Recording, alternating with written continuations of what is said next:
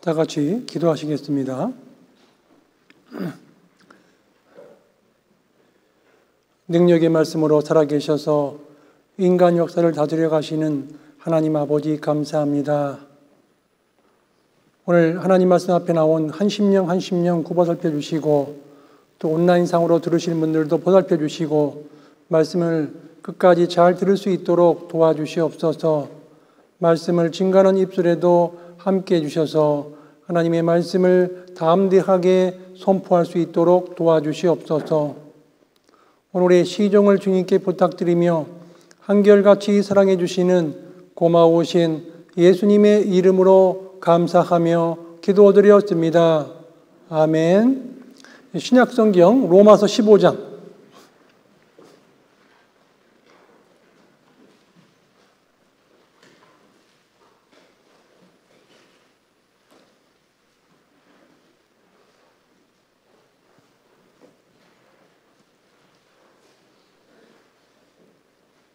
로마서 15장 4절입니다. 로마서 15장 4절 제가 읽겠습니다.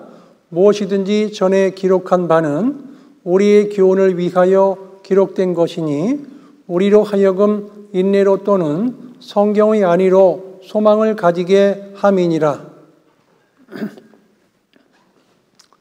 안녕하십니까? 오늘도 하나님의 말씀인 성경을 배우시기 위해서 이 귀한 자리에 참석해 주심을 주님의 이름으로 환영합니다. 이번 성경 강연에 듣는 분들 중에 두 가지 유형이 있는데 어떤 첫 번째 유형은 말씀을 잘 들으셔가지고 마지막 토요일 날 말씀을 깨닫고 너무 좋아하는 분이 계셔요. 아, 이거를 깨달아 한 것이구나, 이거였구나, 너무 좋아가지고 기쁨을 주변 분들에게 나누는 분도 계셔요. 또 한 가지 유형이 있는데 계속 말씀을 들었긴 들었는데 마지막에 가서 하나님이 어디 계셔? 이런 분도 가끔 있어요. 근데 그런 분들이 왜 그런가 했더니 말씀을 들을 때 다른 생각을 가지고 듣기 때문에 그래요. 하나님께서 말씀하시기를 마음이 청결한 자는 복이 있나니 저희가 하나님을 볼 것이며, 이 청결한 마음을 가지고 말씀을 들어야 되는데 세상, 죄, 욕심, 걱정 그걸 가지고 말씀을 들으니까 깨달아지지를 않는 거예요. 그래서 열린 마음이라는 것은 옳은 것은 옳고 아닌 것은 아니라고 하는 마음이 열린 마음이에요. 그래서 우리가 말씀 듣는 자세는 열린 마음을 가지고 말씀을 들으셔야 돼요. 하나님을 믿는다 하는 말은 하나님의 말씀을 내 마음에 받아들인다 이 뜻인 거예요. 하나님의 말씀을 내 마음에 받아들이는 것이 믿는 것이에요. 그래서 우리에게 필요한 마음은 귀를 기울이고 잘 듣는 게 중요하다고 계속해서 제가 말씀을 드리고 있습니다. 우리의 삶은 듣는 것에 의해서 변할 수밖에 없고 우리의 삶은 듣는 것에 의해서 우리가 추구하는 것이 무엇인지도 알게 되고 하나님께서 말씀하시기를 가라사대 때가 찼고 하나님의 나라가 가까웠으니 회개하고 복음을 믿으라. 복음을 믿기 전에 사람 편에서 할 일이 뭐냐면 회개하고 복음을 믿으라 하시는 거예요. 이 회개라는 것은 영어로 turn, 방향을 틀다. 세상을 향해서 나아갔던 방향에서 하나님 쪽으로 내 마음의 방향을 트는 거예요. 우리가 성경 강연에 첫째 날, 둘째 날, 셋째 날, 넷째 날 말씀 듣는 것은 세상을 향했던 마음이 하나님께로 방향을 틀고 있는 거예요. turn, 방향을 틀다. 세상을 향했던 방향에서 하나님께로 우리가 방향을 트는 것이 첫째 날, 둘째 날, 셋째 날, 넷째 날 말씀이에요. 말씀을 듣는 가운데 우리의 방향이 틀어지는 거예요. 하나님 말씀대로 되네. 성경에 기록된 대로 말씀이 이루어지네. 지나간 역사를 보니까 하나님 말씀이네. 그럼 오늘 이스라엘 민족의 선택과 흥망성쇠 통해서 하나님께서 어떻게 이스라엘 민족을 선택했고 어떻게 그 민족이 흥했다가 망하고 하는지 그런 것들을 성경을 배우는 가운데 정확하게 알 수가 있다는 거예요. 그래서 우리에게 필요한 것은 집중하고 그리고 깨끗한 마음으로, 청결한 마음으로 하나님의 말씀을 들으시면 되겠습니다.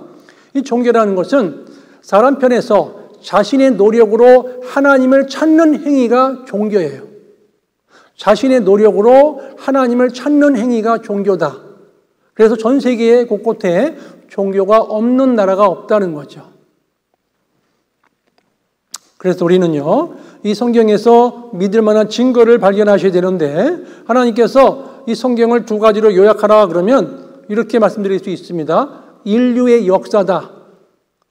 또 한편으로는 인류를 향하신 하나님의 계획서다. 이렇게 말씀드릴 수 있어요. 인류의 역사다. 인류를 향하신 하나님의 계획서다. 라고 말씀을 드릴 수가 있습니다. 하나님의 뜻은요, 하나님과 사람이 사랑의 짝이 돼가지고 영원히 천국에서 가장 기쁜 상태로 영원토록 살아가는 거예요.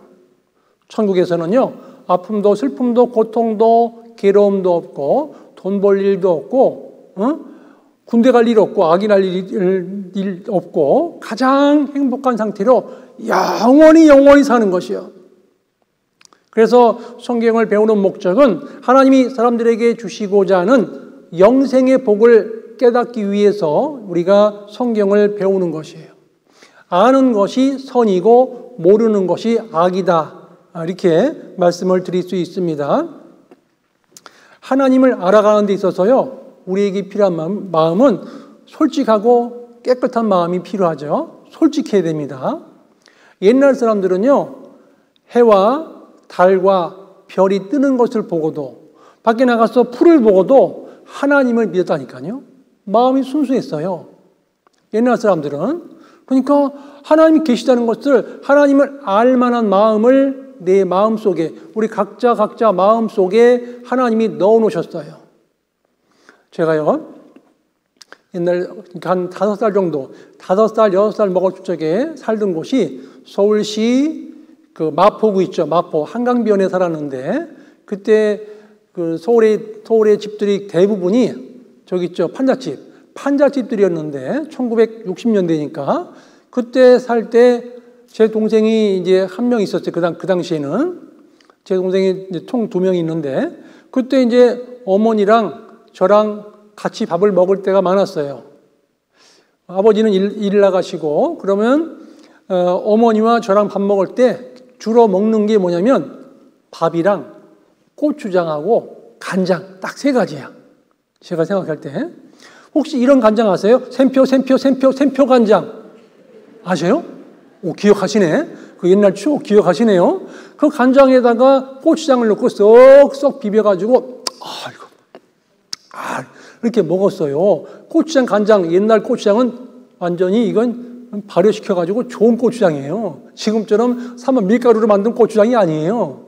아주 맛있고 건강에 좋은 고추장에다가 간장을 비벼서 맛있게 먹다가, 제가 버리려고 하면은 저희 어머니께서 꼭 하시는 말씀이 있어요. 죄봐도 그러세요. 먹다가 버리려고 그러면 죄봐도 그러는 거예요. 근데 저는 그 당시에 저희 어머니도 저도 교회당에 다니질 않았어요. 하나님을 믿는 사람이 아니었어요. 나중에 알고 보니까 이 양심 속에 하나님이 계시는 거구나 알았어요. 어머니가 갑자기 죄봐도 그러는 거예요. 누구한테 죄봐도요? 하나님께 죄받는다 그러셨어요. 아마 연세가 있으신 분들은 부모님으로부터 들었을 거예요. 그죠? 음식을 먹다가 버리려고 그러면 죄봐도 그랬거든요. 그 음식을 주신 분이 하나님이시거든요. 우리가 깨끗하고 솔직한 마음으로 말씀을 들으면 이거를 이해하고 깨달을 수밖에 없다는 거예요. 우리에게 필요한 마음은 진지하고 솔직한 마음이 중요한 거예요. 잘 보세요. 제가 칠판에다가 써놓은 게 있죠. 뭐라고 써있죠? 한번 읽어보겠습니다. 설마, 혹시. 이게 잘 보세요. 이런 일이 있었어요. 제가 같이 다니던 직장에 저보다 2년 선배님이 계셨는데, 직장에서 일을 하면서 공부를 따로 별도로 공부했어요.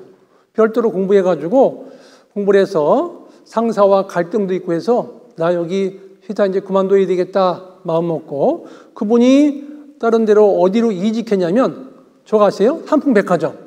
삼풍백화점 건설할 때 그쪽으로 이직을 해버렸어요. 그런데 이 세상에서 무너지라고 짓는 건물은 없어요. 그죠? 그런데 서울의 서초동에 있는 삼풍백화점이 무너졌어요. 그죠? 제가 직장 다닐 적에 직장에 최고 높은 사람 결제 맡으러 들어갔어요.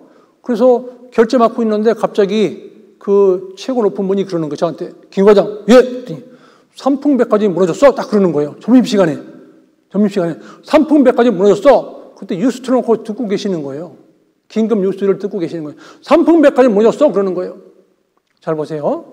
삼풍백화점이 무너지기 전에 간부회의를 하면은 간부회의 할 때마다 이 건물을 유지하고 보수하고 건물에 진단을 하는 책임자가 있었어요. 간부급 중에서 그분이 경고를 했어요. 지금 우리 이 빌딩의 옥상층 바닥에 실금이 가기 시작했습니다. 그리고 실금의 길이가 더 길어집니다. 실금의 숫자가 늘어납니다. 계속 경고를 했어요.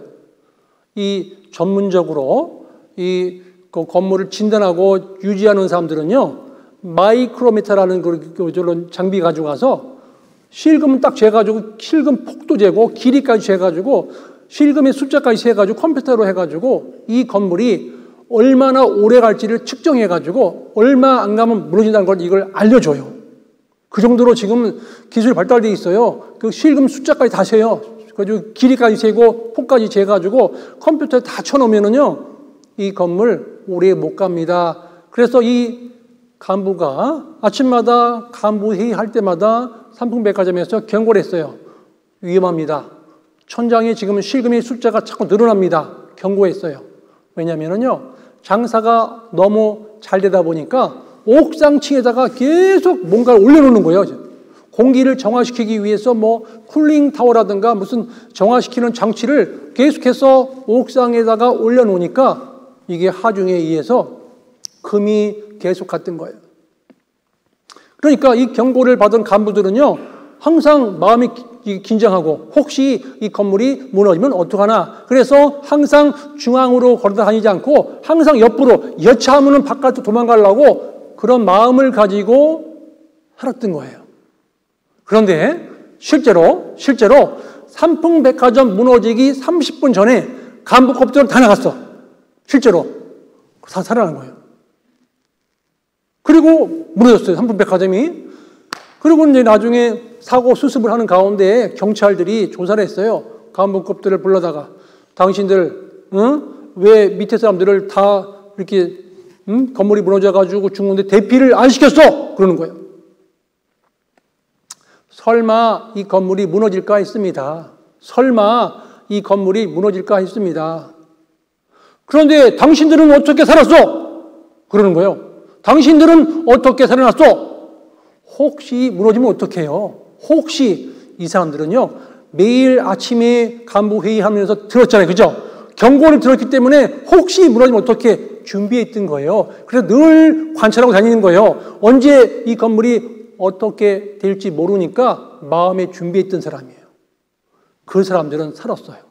신문에 딱 보니까요, 간부급들은 건물이 무너지기 전에 30분 전에 다 대피했습니다. 실제로.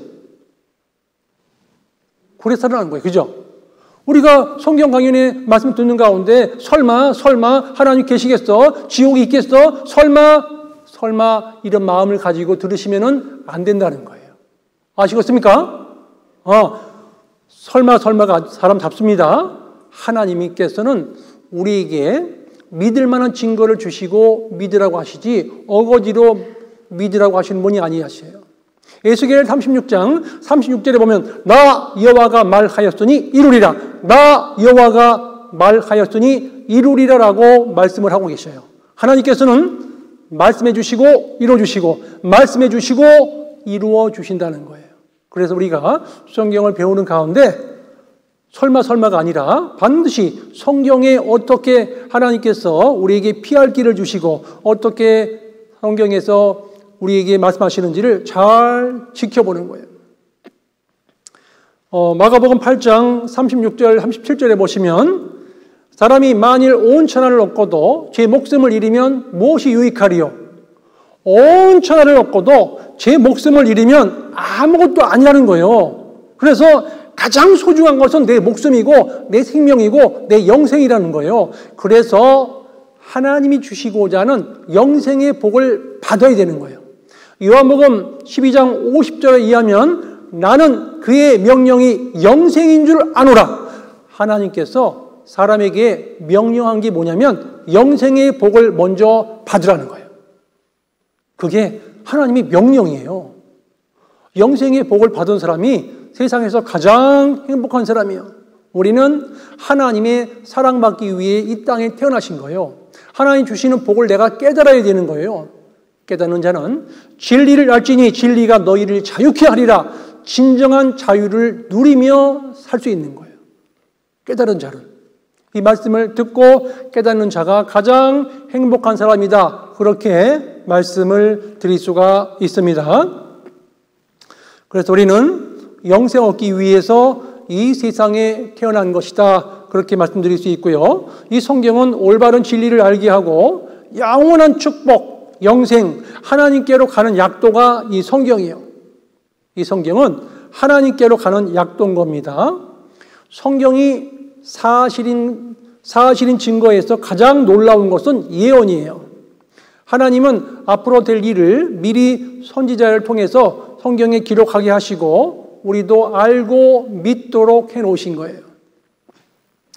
요한복음 13장 19절에 보면 지금부터 일이 이루기 전에 미리 너희에게 이름은 일이 이룰 때 내가 그인 줄 너희로 믿게 하려 함이라 라고 하나님께서 말씀을 하셔요.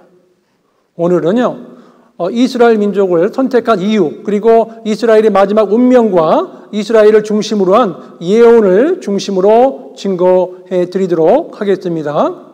하나님을 알 수 있는 방법은 만물을 통해서도 알 수 있고 우리의 양심을 통해서도 알 수 있고 이 성경을 통해서도 알 수 있고 그리고 이스라엘 민족의 선택과 흥망성쇠를 통해서도 알 수 있고 예수 그리스도를 통해서도 하나님이 어떤 분인지를 알 수가 있어요. 잘 보세요.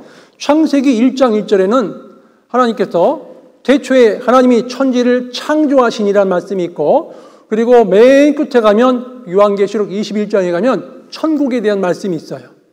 그런데 그 중간에 내용 거의 대부분이 많은 부분이 이스라엘 민족을 통해서 하나님께서 세계 경영을 해나가는 거예요.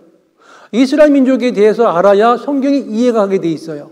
왜 하나님께서 그 많고 많은 나라 가운데 하필이면 이스라엘 민족을 선택했는지 그 이유를 아셔야 돼요. 잘 보세요.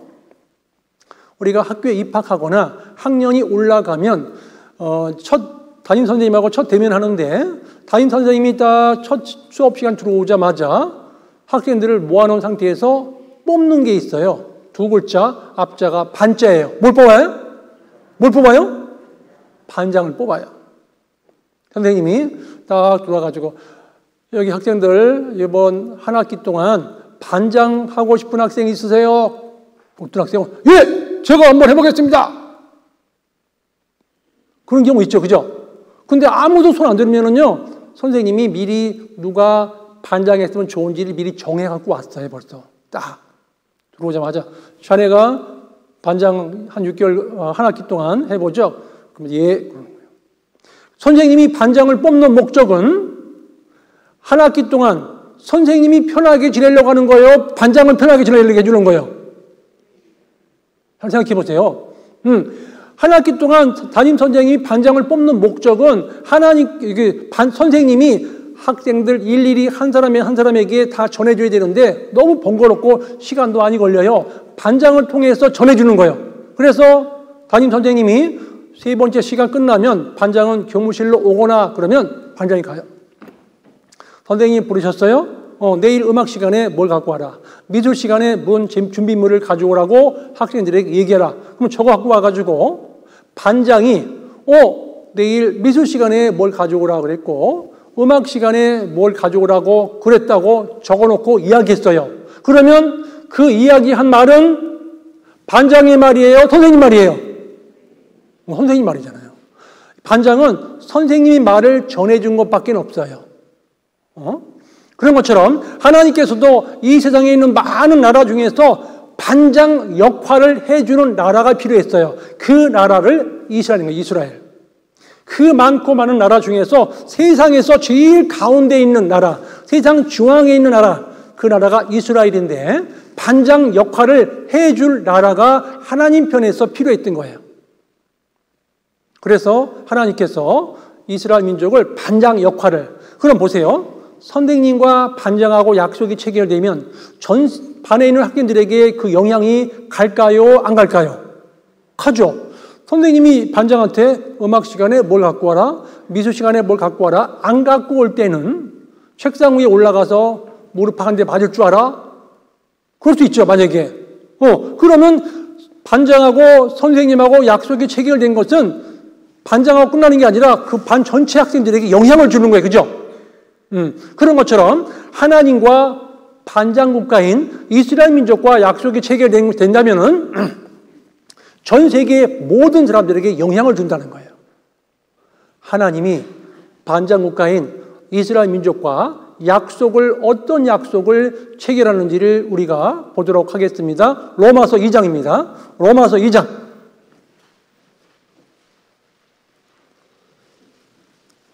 로마서 3장입니다. 3장. 로마서 3장입니다. 1절로 2절.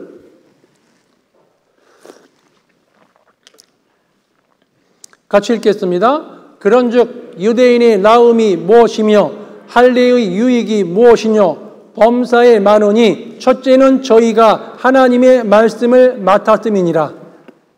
잘 보세요. 하나님께서 하나님의 말씀을 전 세계에 전해주는 나라가 필요했어요. 그 나라가 이스라엘이요. 이스라엘 민족에게 하나님의 말씀을 맡겼어요. 그래서 이 말씀을 전 세계에 전해주라 그랬어요. 이사야 43장은 제가 여기 화면에 쏘았습니다. 그거 보시기 전에 로마서 3장 29절인데요. 하나님은 홀로 유대인의 하나님 뿐이시뇨 또 이방인의 하나님은 아니시뇨. 같이 읽겠습니다. 진실로 이방인의 하나님도 되시느니라. 이스라엘 사람들을 제외한 모든 나라 사람들을 이방인이라 합니다. 이방인. 그래서 하나님은 유대인의 하나님도 되시고 이방인의 하나님도 되시는 겁니다. 이사야 43장 1절에 보시면 내가 너를 지명하여 불렀나니 너는 누구 것이라고요? 내 것이라. 하나님 편에서 너는 내 것이다 그랬어요. 10절에 나 여호와가 말하노라 너희는 나의 뭐라고 써 있습니까? 증인, 나의 종으로 택함을 입었다 그랬죠. 증인은요 처음부터 끝까지 이 변동이 있으면 안 돼. 똑같은 내용을 그대로 전해줘야 되는 거예요. 증인은요 바뀌면 안 돼요. 저 강원도 속초에 있을 때, 제가 속초에 있을 적에 강원도 속초 경찰서가 있었어요. 경찰서에 들어가는 저 차가 있었어요. 티코차가 딱 들어가는데 이쪽 차선에서 소나타가 오는 거예요. 소나타가 오는데 그 앞에 경찰서 앞에 전투 경찰이 총을 딱 들고 있었어요. 전투 경찰이 경찰서 앞에. 그런데 소나타가 여기 이제 티코차 앞에 운전수가 있고 티코차 뒷문 있죠. 거기를 소나타가 딱 친 거예요. 딱 치니까 교통사고 발생했는데 그 티코차 운전하고 있던 운전 기사가 붕 뜬 거예요. 거기서 딱 치니까 붕 떠가지고 조수석에 딱 떨어져가지고 이렇게 나온 거예요. 그러니까 그 운전기사가 좀 약간 이제 몸이 야였던가 봐요. 그래서 이렇게 나왔어요. 여기 딱 집어들었는데. 근데 갑자기 소나타 기사가 아니! 운전수 안 나오고 왜 조수가 나와요? 막 그러는 거예요. 아니! 운전수 안 나오고 조수가 나와! 막 큰소리를 치는 거야. 자기가 받아놓고서 미안하니까. 할 말 없으니까. 막 계속 우기는데 전투경찰은 그거 봤을까 못 봤을까요? 정확히 봤어요. 응? 그래서 이제 이게 나온 이제 티코 운전기사는 거예요. 당신이 날 툭 치니까 내가 풍 떴다 이렇게 떠가지고 이렇게 나왔다 내가 지금 이렇게. 근데 그것을 전투경찰이 정확히 봤단 말이에요. 그래가지고 전투경찰이 이제 경찰서 들어가가지고 증인을 쓴 거예요. 내가 보니까 총을 들고 서 있었는데 보니까 소나타가 티코차 옆구리 딱 쳤다. 치는가 동시에 그 안에 있던 운전기사가 붕 뜨더니 조수석에 떨어졌고 그리고 차가 찌부러들었지만 그분이 워낙 갈비씨라 이렇게 나왔다. 이렇게 한 거예요. 아주 그 동작까지 아주 자세하게 묘사한 거예요. 그래서 이제 진술서에 다 썼어요. 그리고 저 재판장이 가가지고 재판관이 물어보는 거예요. 증인이 어떻게 이걸 상황을 보셨어요? 예! 조나탄가 경찰서 앞에서 뒷꼬치를 딱 치니까 붕 떠서 조수석에 앉았다가 이렇게 나왔습니다. 그렇게 써놓은 거야. 근데 진술서에 보니까 그림까지 그려놨어요. 그림까지 이렇게 나온 것까지 그려놓은 거예요. 이렇게. 그러니까 재판관이 그러는 거예요. 이 사람은 증인으로 채택합니다. 딱 해버린 거예요. 왜? 일관되게 똑같은 거예요. 하나님께서 이스라엘 민족을 증인으로 삼은 것은 뭐냐면 하나님의 말씀을 맡은 것을 기록해서 전 세계에 전해주라고. 이거는 변함없어야 돼. 이걸 변질시키면 안 되는 거예요. 그래서 그 성경을 전 세계에 전해주라고 하나님께서 이스라엘 민족을 증인으로 삼은 거예요. 그래서 이스라엘 사람들을 여호와의 증인이다 그러는 거예요. 하나님의 말씀을 전 세계에 전해주는 증인이다 그러는 겁니다. 그런데 창세기 12장에 보면은 이 말씀 속에는 전 세계 사람들에게 영생의 복을 받는 이 복된 소식이 들어가 있어요. 이 소식을 전 세계에 전해주라 그랬어요.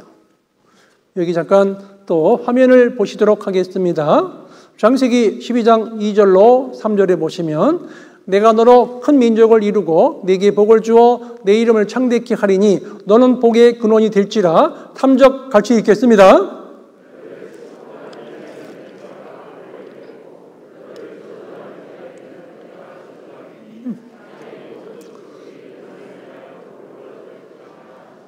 예, 하나님께서 이스라엘 민족에게 너는 복의 근원이다. 근원이다. 전 세계에 전해주는 그 근원, 뿌리라는 겁니다. 그리고 땅의 모든 족속이 너를 인하여 복을 얻을 것이니라. 땅의 모든 족속이 너를 인해서 복을 얻는다 그랬습니다. 그 복을 전해주라 그랬죠. 요한복음 4장 22절에는 너희는 알지 못하는 것을 예비하고 우리는 아는 것을 예비하노니. 같이 읽겠습니다. 이는 구원이 유대인에게서 남이니라. 이 영생의 복을 받는 것을 이스라엘 민족을 먼저 주고 이스라엘 민족을 통해서 전 세계에 전하라고 하나님께서 증인으로 선택한 거예요. 이스라엘 민족은. 신명기서 7장 7절에 보면 너희는 모든 민족 중에 가장 적으니라. 에스겔 38장 12절에 보면 세상 중앙에 거하는 백성을 치고자 할 때 이스라엘 나라가 실제 지구상에서 세상 중앙에 있어요. 세상 중앙. 지금은요, 인공위성에서 GPS 발달되어 있어가지고 딱 찍어내죠. 대한민국에서도요, 북한과 남한 사이에 제일 중앙이 어딘지 아세요? 중앙이? 제가 강원도 송초에 있을 적에 양구교회에 이제 신방을 가다 보면은 양구라는 도시 딱 들어가면 프레임카드 써놨어요. 대한민국의 정중앙은 양구입니다. 써놨어요. 실제로 GPS로 딱 찍으면요, GPS로 대한민국을 딱 찍어내, 정중앙을. 거기 양구라는 지역이에요. 그런 것처럼 전 세계에서 GPS로 딱 찍어내면 찍히는 거예요. 거기가 이스라엘인 거예요. 이스라엘. 그리고 예루살렘. 예루살렘 중에서도 예루살렘 성 있죠. 그 안에 또 저기 사원이 있어요. 오마르 사원. 거기 딱 찍히는 거예요.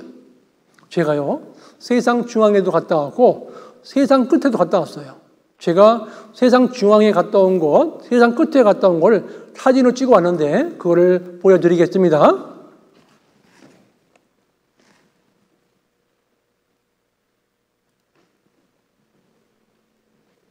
여기가 지금 오마르 사원이라고 합니다. 예루살렘 성 안에 있는 이 오마르 사원 앞에 원래 중무장한 사람이 팔레스타인 군인이 서 있어요. 들어가서 볼 수가 없어요.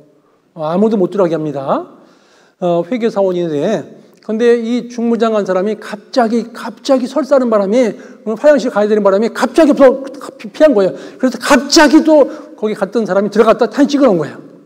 그 순간에 들어가서 사진을 찍은 겁니다. 이렇게 돼 있어요, 안에가. 그 안에 큰 돌이 있어요. 그리고 울타리를 쳐져 있는데 울타리에 뭐라고 써 있냐면 이곳이 세상 중앙입니다. 써 있어요. 실제로. 이곳이 세상 중앙입니다. 그렇게 팻말이 써져 있고, 그리고 이것이 아브라함이 이삭을 바쳤던 자리라 그래요. 아브라함이 이삭을 바쳤던 자리. 이 오마르 사원, 황금돔을 들어가 보면 이렇게 돼 있어요. 이게 큰 돌이 꽉 차 있어요, 이 안에. 여기는 제가 해남 땅 있죠. 전라남도 해남에 가면 저기 있죠, 땅끝 마을. 육지로서 끝은 대한민국에 있어요, 땅끝 마을. 여러분들에게 지금 제가 땅끝 마을 보여드렸죠. 육지 끝을 보여드렸고, 그리고 세상 중앙을 보여드렸어요. 세상 중앙은 이스라엘 민족, 이스라엘 땅인 거예요. 거기가 세상 중앙이고, 그리고 우리나라 땅 동쪽에서 끝은 대한민국의 해남 땅이다. 여러분들에게 정중앙과 끝을 보여드렸습니다. 그런데 하나님께서 이스라엘 민족과 약속을 체결하는데, 이스라엘 민족의 대표 모세와 하나님과 약속을 체결하는데, 피를 놓고 약속 체결합니다. 하나님의 말씀을 지키면 복을 주시고 하나님의 말씀에 불순종하면 저주를 내린다고 하나님께서 이스라엘 민족과 약속을 체결하게 되는 겁니다. 여기 잠깐 화면을 보시겠습니다.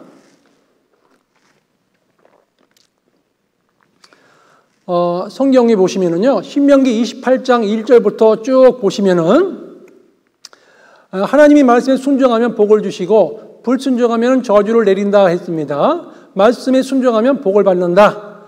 세계 모든 민족 위에 뛰어나게 하고 머리가 된다. 두 번째 같이 읽겠습니다. 이 군사 강국이 된다. 세 번째는요, 경제적으로 부강한 나라가 된다. 예.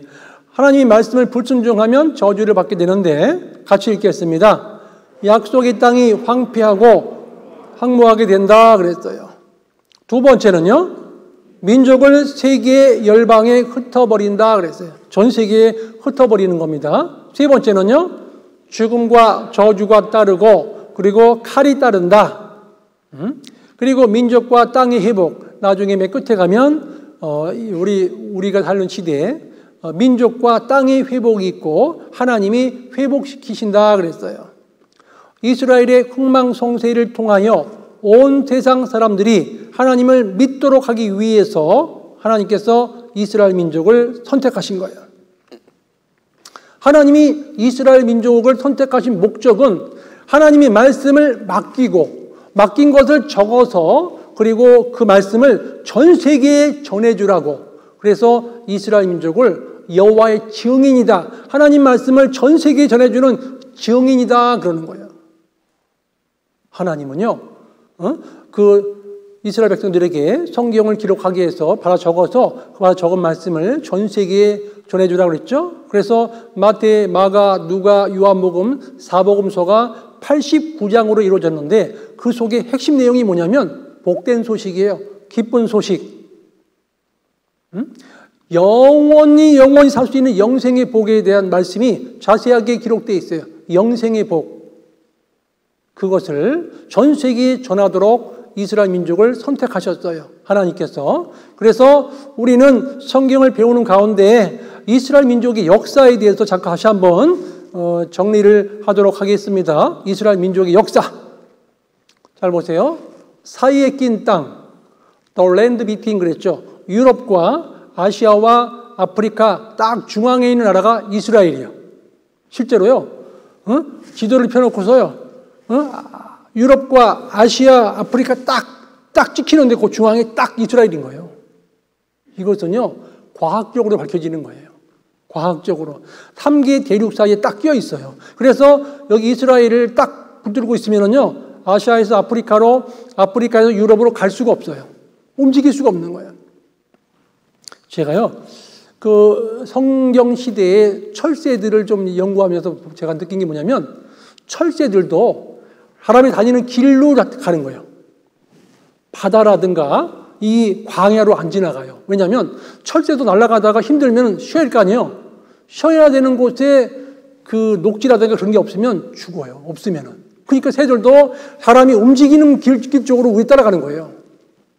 사람이 하는 곳 쪽으로 철새들이 움직이는 겁니다. 그런데 그 당시에 해변길이라고 있었어요. 해변길, 국제도로. 이 아프리카에서 이 아시아라든가 유럽으로 가려고 그러면 이 해변길을 따라가야만 갔었어요. 철새들도 해변길을 따라서 가는 거예요. 철새들도 움직일 때. 그러니까 이스라엘 민족을 딱 붙잡고 있으면은 더 양쪽, 이 세계, 아시아에서 아프리카에서 또 아프리카에서 유럽으로 서로 움직일 수 없는 아주 요충지가 이스라엘 땅인 거예요. 세상 중앙에 딱 위치를 하고 있습니다. 여기 보세요. 여기 지중해라고 써 있죠? 지중해. 지구 중심에 있는 바다라는 뜻이에요. 지구 중심에 있는 바다, 지중해. 여기에 해변길이에요. 해변길. 그래서 이쪽으로 가면 아시아, 이쪽으로 가면 유럽, 이쪽으로 가면 아프리카. 여기 이스라엘 땅을 딱 장악하고 있으면 움직일 수가 없어요. 가장 중요한 도로입니다. 3개의 대륙을 잇고 있는 땅입니다. 그래서 The Land Bridge 그랬죠. 가교 역할을 한다 그랬어요. 이사야 9장 1절에 보면 해변길 나오죠. 이게 실제로 지금 해변길이에요. 해변길과 요단 저쪽 이방의 갈릴리를 영화롭게 하셨느니라 그랬어요. 이게 이제 메소포타미아 지역인데요. 티그리스 강과 유프라테스 강 있죠. 이쪽이 바벨론이잖아요. 이쪽 아수르, 메데, 바사. 근데 이 메소포타미아 지역은요. 이 바벨론 쪽에 있는 바벨론 지역은 이 물을 이용해 가지고 물을 방향을 틀어 가지고 농사를 져요. 그것을 광계 농업이다 그래요. 그리고 이 바벨론 지역에는 나무랑 돌을 구하기가 어려워요. 그래서 흙을 가지고 흙을 견고하게 구워서 건물을 짓곤 했습니다. 실제로. 그래서 이 지역에서 바벨탑을 쌓던 거예요. 흙벽돌을 쌓아가지고 바벨탑을 견고하게. 그런데 이 이스라엘 땅에서 남쪽으로 내려가면 여기 애굽이라고 그러죠. 옛날 이름으로는 애굽인데 여기가 이집트라고 그러죠. 지금 이집트. 여기는 이 나일강이 흐르는데 저 아프리카에서부터 하 이집트까지 나일강 끝까지 거리가 6,400km예요. 약 6,400km의 나일강이 있는데 그리고 계속해서 물이 내려와 가지고 폭포수를 몇 개를 거쳐요. 폭포수를 거치는 가운데 그 물이 쫙 끌고 오면서 좋은 비료기들을 가져와 가지고 그 이집트 하루 지방에다가 쫙 뿌려버려요. 그러면 농사 지면 농사가 잘 되는 거예요. 그래서 이스라엘에서 흉년이 들면은 무조건 내려가려 했던 거예요. 왜냐하면 거기는 해마다 풍년 들거든요. 나일강 범람에 의해서 아주 그 농토가 농사 짓기 가장 좋은 옥토를 항상 이루기 때문에 하나님을 안 믿어도 농사를 잘 지을 수 있는 땅인 거예요. 애굽. 그래서 그 땅에 그렇게 가기를 많은 사람들이 원했던 겁니다. 근데 여기는 침수농법이에요. 나일강의 범람을 통해서 농사를 지어요. 이제 나일강이 막 범람하잖아요. 인공위성에 찍은 사진인데 여기 나일강인데 이렇게 범람을 해요. 많이 주변에 범람을 하면은요. 당대의 그 바로 왕이 치적을 쌓을 적에 요 수치를 정해가지고 물이 얼마만큼 찼느냐에 따라서 가장 훌륭한 바로 왕이라고 칭찬하는 거예요. 그 당대에. 그러니까 여기 이 에집트라는 나라는 나일강의 범람으로 인해서 침수 농업을 하게 됐던 겁니다. 근데 이스라엘 땅은 비 없이는 살 수 없는 땅이에요. 너희가 건너가서 차지할 땅은 산과 골짜기가 있어서 하늘에서 비를 흡수하는 땅이에요. 밑에 같이 한번 읽겠습니다.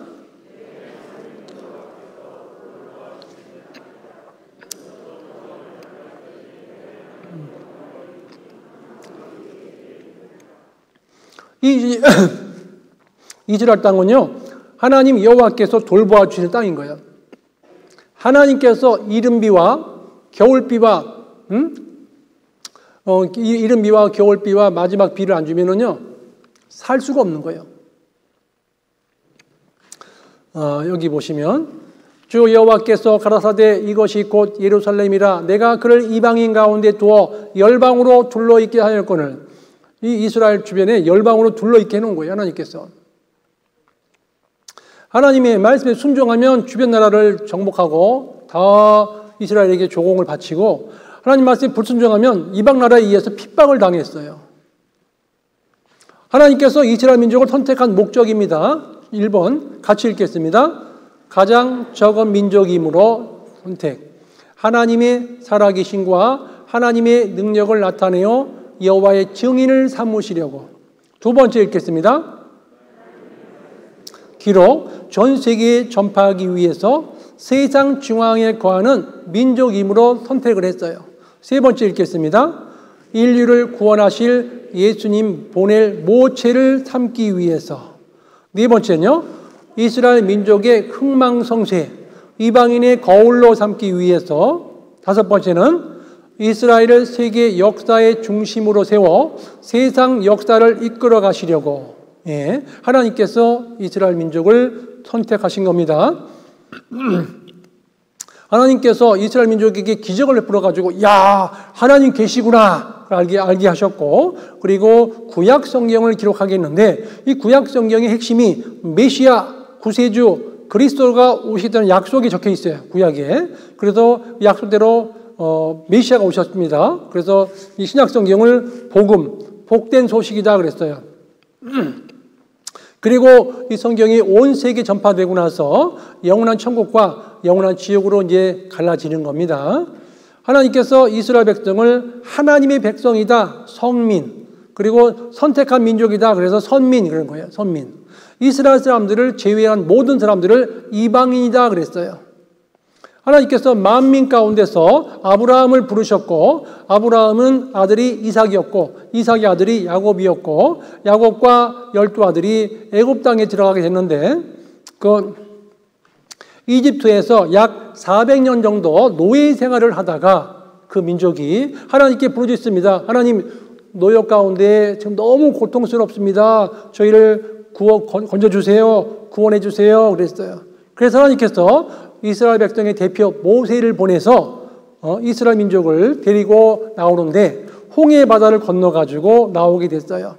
그리고 그 이스라엘 백성들이 홍해 바다 건너서 광야를 거쳐가지고 시내산에서 약 11개월 정도 머물게 되고, 그리고 광야에서 38년 동안 있다가, 그래서 애굽에서 나와서 시내산까지 내용이 출애굽기 성경이고, 시내산에서 있었던 내용이 레위기 성경이고, 시내산에부터 광야를 방황했던 성경이 민수기 성경이고, 그리고 가나안 땅 들어가기 직전에 한 달 동안 있었던 일이 신명기 성경인 거예요.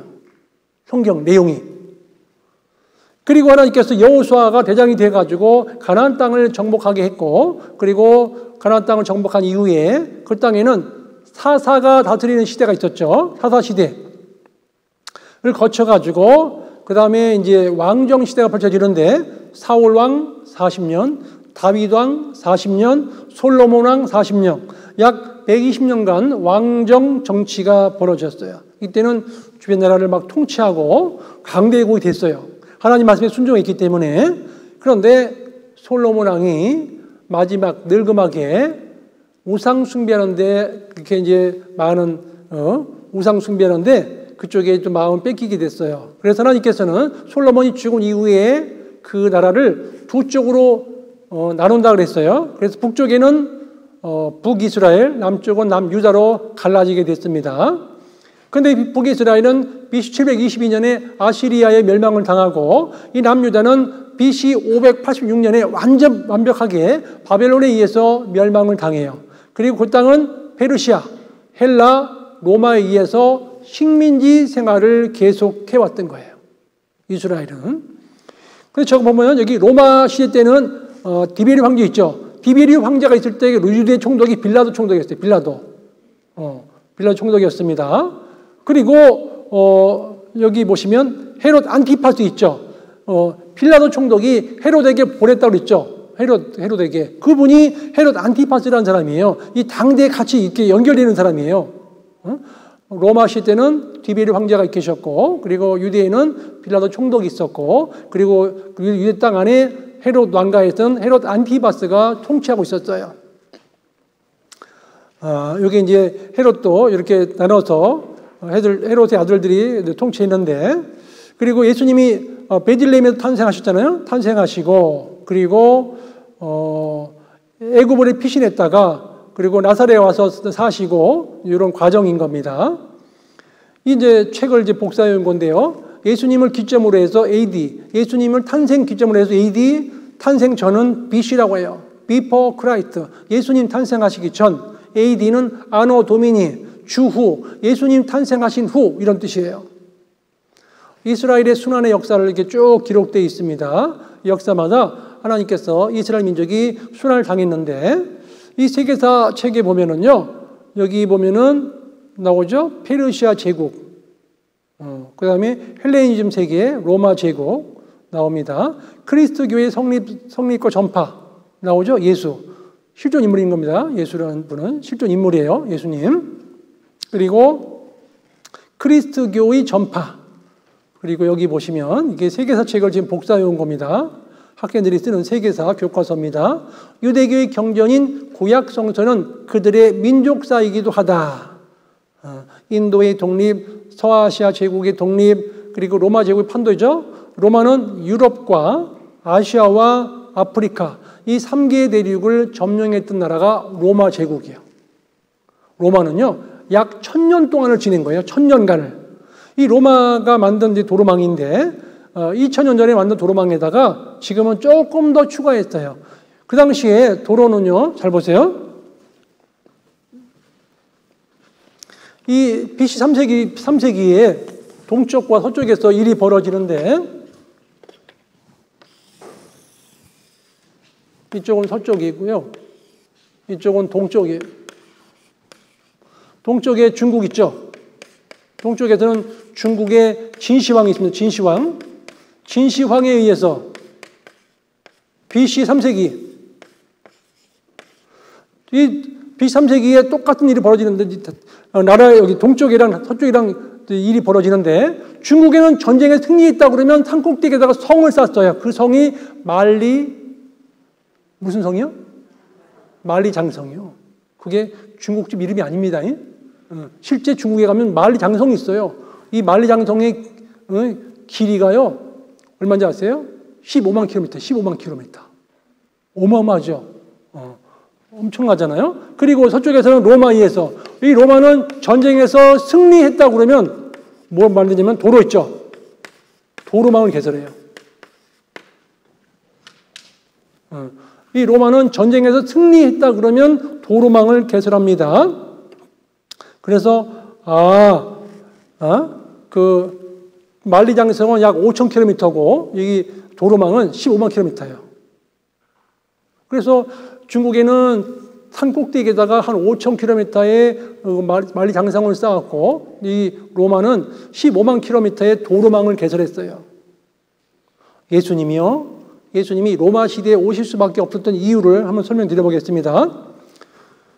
그 당시에는요, 헬라어 있죠. 헬라어만 하면은 다 전 세계에 다닐 수 있었어요. 헬라어 공통어였어요. 헬라어. 그리고 로마의 치안이 강력한 통치로 인해서 전 세계 여행이 편리를 가지고 오고 도로망이 발달돼 가지고 여행하는데 걱정 없도록 다 준비했어요. 그리고 도로망 주변에 양쪽으로 10m씩 나무를 다 잘라가지고 갑자기 출몰할 수 있는 강도들의 출현을 못하기 위해서 도로 주변의 나무를 다 잘라버렸어요. 로마에서. 그리고 고속도로 만드는 수준으로 도로망을 개설했어요. 큰 자갈, 작은 자갈, 조그만 자갈 대리석을 쫙 깔아놓은 거예요. 그래서 로마는 2000년 전에 만든 도로를 지금도 사용하고 있다니까요. 거기다가 조금 추가해가지고 도로 위에다가 그대로 사용하고 있어요. 여기 잠깐 화면을 보시겠습니다. 이게 로마가 2000년 전에 만든 도로예요. 이 도로를 로마 가도라고도 하고 아피아 가도라고도 해요. 실제 가보시면 로마 가도, 아피아 가도 최초에 만든 도로예요. 로마에서 2000년 전에.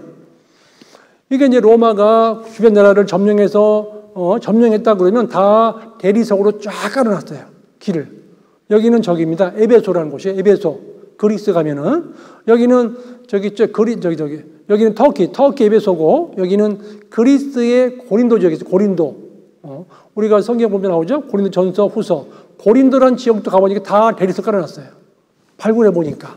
로마 시대 도로가 보니까 대리석으로 다 깔아놨습니다. 여기는 저기 있죠. 시리아. 저희도 이제 성지순례 갈 적에 시리아도 들어갔었는데 그 시리아에 들어가 보니까 길리기아 다소 지방이 있어요. 사도 바울의 고향. 거기도 발굴해 보니까 다 돌을 깔아놓은 거예요. 이게 2000년 전의 도로고 지금 살고 있는 사람, 지금 로마 시대의 도로예요. 그러니까 옛날 도로에다가 조금 더 추가시킨 것밖에 없어요. 그대로 사용하고 있어요. 로마의 복음 전파를 쉽게 만든 요소입니다. 1번 같이 읽겠습니다. 두 번째요.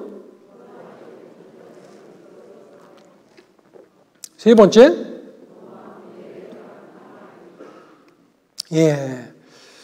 로마 군대에 의한 평화 유지. 네 번째는요,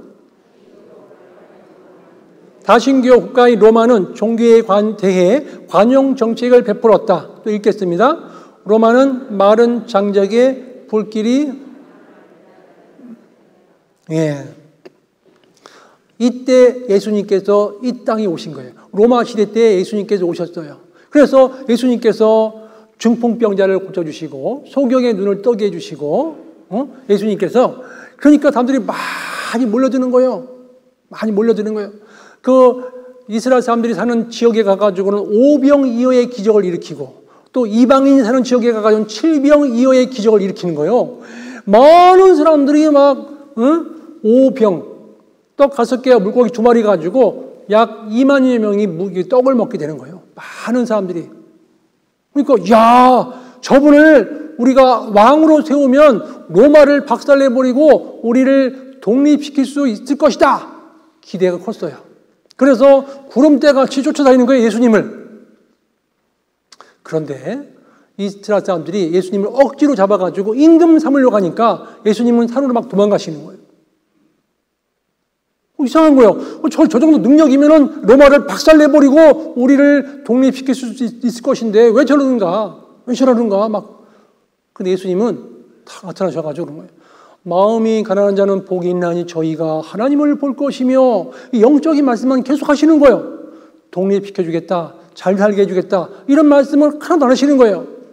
그런데 성경에는 두 가지 메시아상이 예언되어 있습니다. 고난받으실 메시아. 하나님과 나 사이에 죄로 인해서 끊어진 것을 다시 이어주는 고난받으실 메시아, 죄 문제를 처리해 주시는 고난받으실 메시아가 먼저 예언되어 있고 그 다음에 만왕의 왕으로 오실 메시아, 만왕의 왕으로 오실 메시아가 예언되어 있는데 이스라엘 사람들은 현실적이고 육신적이고 세속적인 것에 마음 뺏기다 보니까 만왕의 왕으로 오실 메시아는 고난받으실 메시아는 새까맣게 잊어버리고 고난받으신 메시아는 새까맣게 잊어버리고 만왕의 왕으로 오신 메시아만 학수고대에 있던 거예요.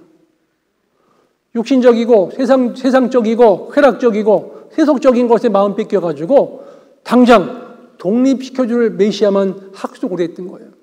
잘 보세요. 이스라엘 백성들이 기대가 컸죠? 기대가 크면은요 실망도 큰 거예요. 기대했던 마음이 실망으로 돌아서면서 저건 가짜다. 그러면서 저주로 확 바뀌어버린 거예요. 이스라엘 백성들이 그렇게 구름대가 쫓아다니면서 왕으로 세우려고 하는데도 다 도망가 버리시고 피하는 거예요. 아, 저건 가짜다. 기대했던 마음이 실망으로 돌아서고 실망했던 마음이 저주로 바뀌어서 예수를 죽여주시오는 거예요. 예수를 죽여달라고. 그 당시에 이스라엘 땅에 빌라도 총독이 관할하고 있는데 막 데모하는 거예요. 저 예수를 죽여주시오! 그러는 거예요. 막 계속해서 막. 그 말씀이 성경에 기록되어 있습니다. 넘어갑니다. 마태복음 27장입니다.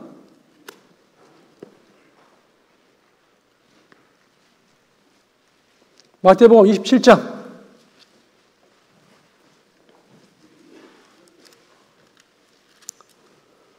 19절 먼저 보시겠습니다. 마태복음 27장 19절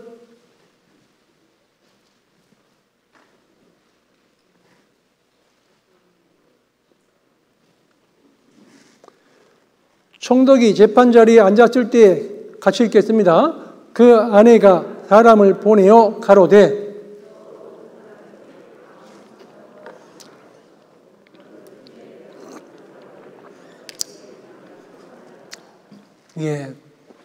여기 보세요.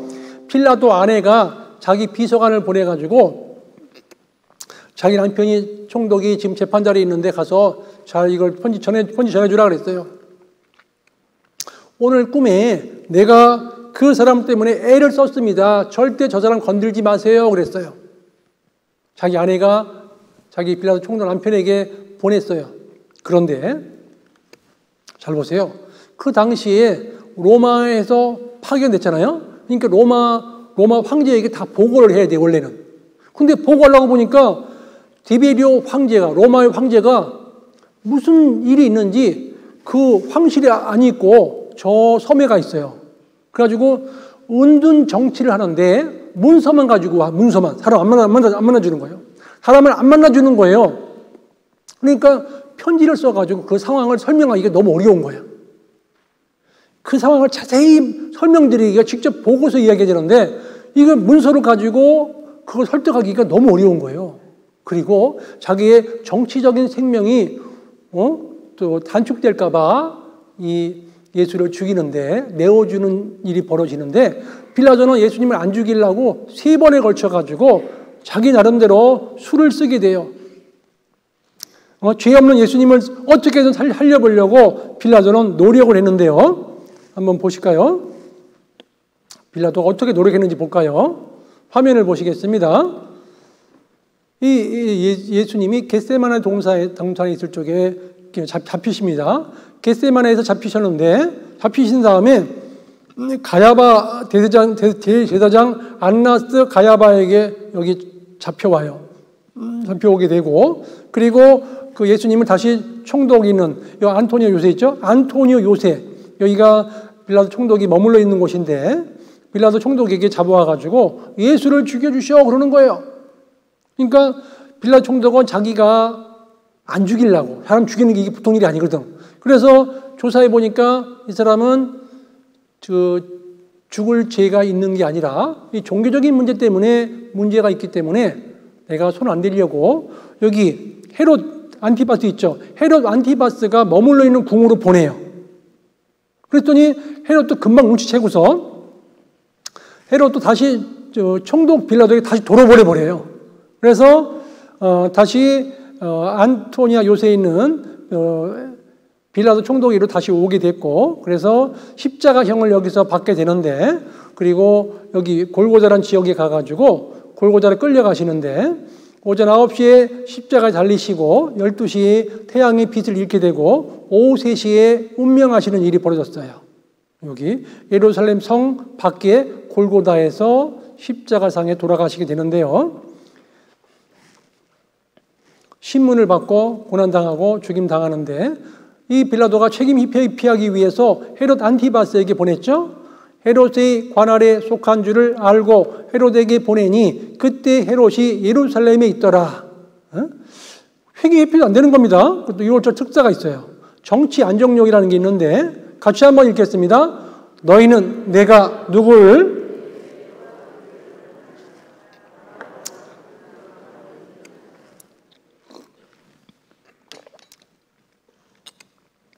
6월절 특사 정치 안정령으로 그 당시에 가장 악독한 바라바를 놓아줄까?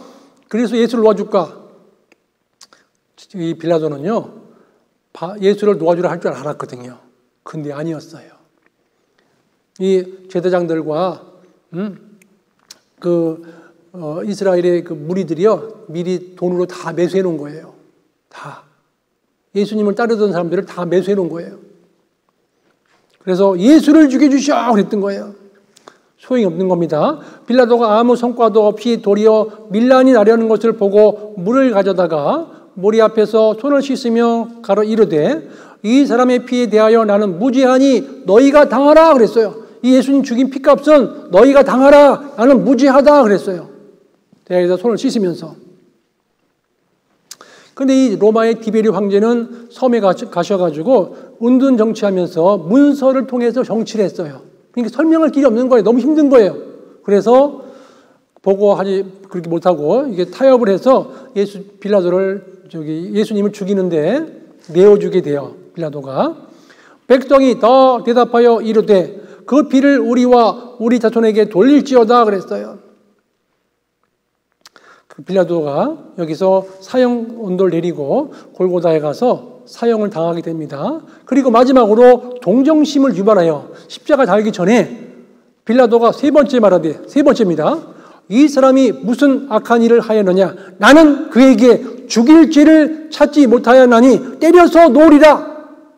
때려가지고 막 비참하게 때려가지고 피를 절절절 흘려가지고 놓겠다는 거예요. 동정심을 유발했는데도 다 반대하는 거예요. 죽여주셔! 그러는 거예요. 빌라도는요, 3번에 걸쳐서 예수님을 살려보려고 했는데, 도저히 이게 일이 안 되는 겁니다. 보실까요? 마태복음입니다. 27장.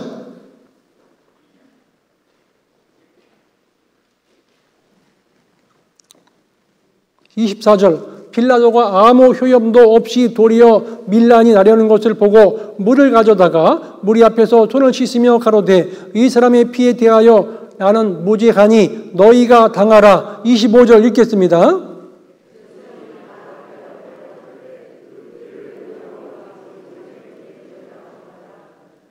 예. 백성이 더 대답하여 가로되 그 피를 우리와 우리 자손에게 돌릴지어다 그랬어요. 예수님을 죽인 피값을 그 당대 사람들과 우리 후손들에게 돌려주십시오 그랬던 거예요. 그 당대에 이스라엘 사람들이 예수님을 죽인 피값이 얼마나 무서운지를 몰랐어요. 다음 대학이 얘기한 거죠. 여기 보면 25절에 보면 백성이 다예요, 조금이에요?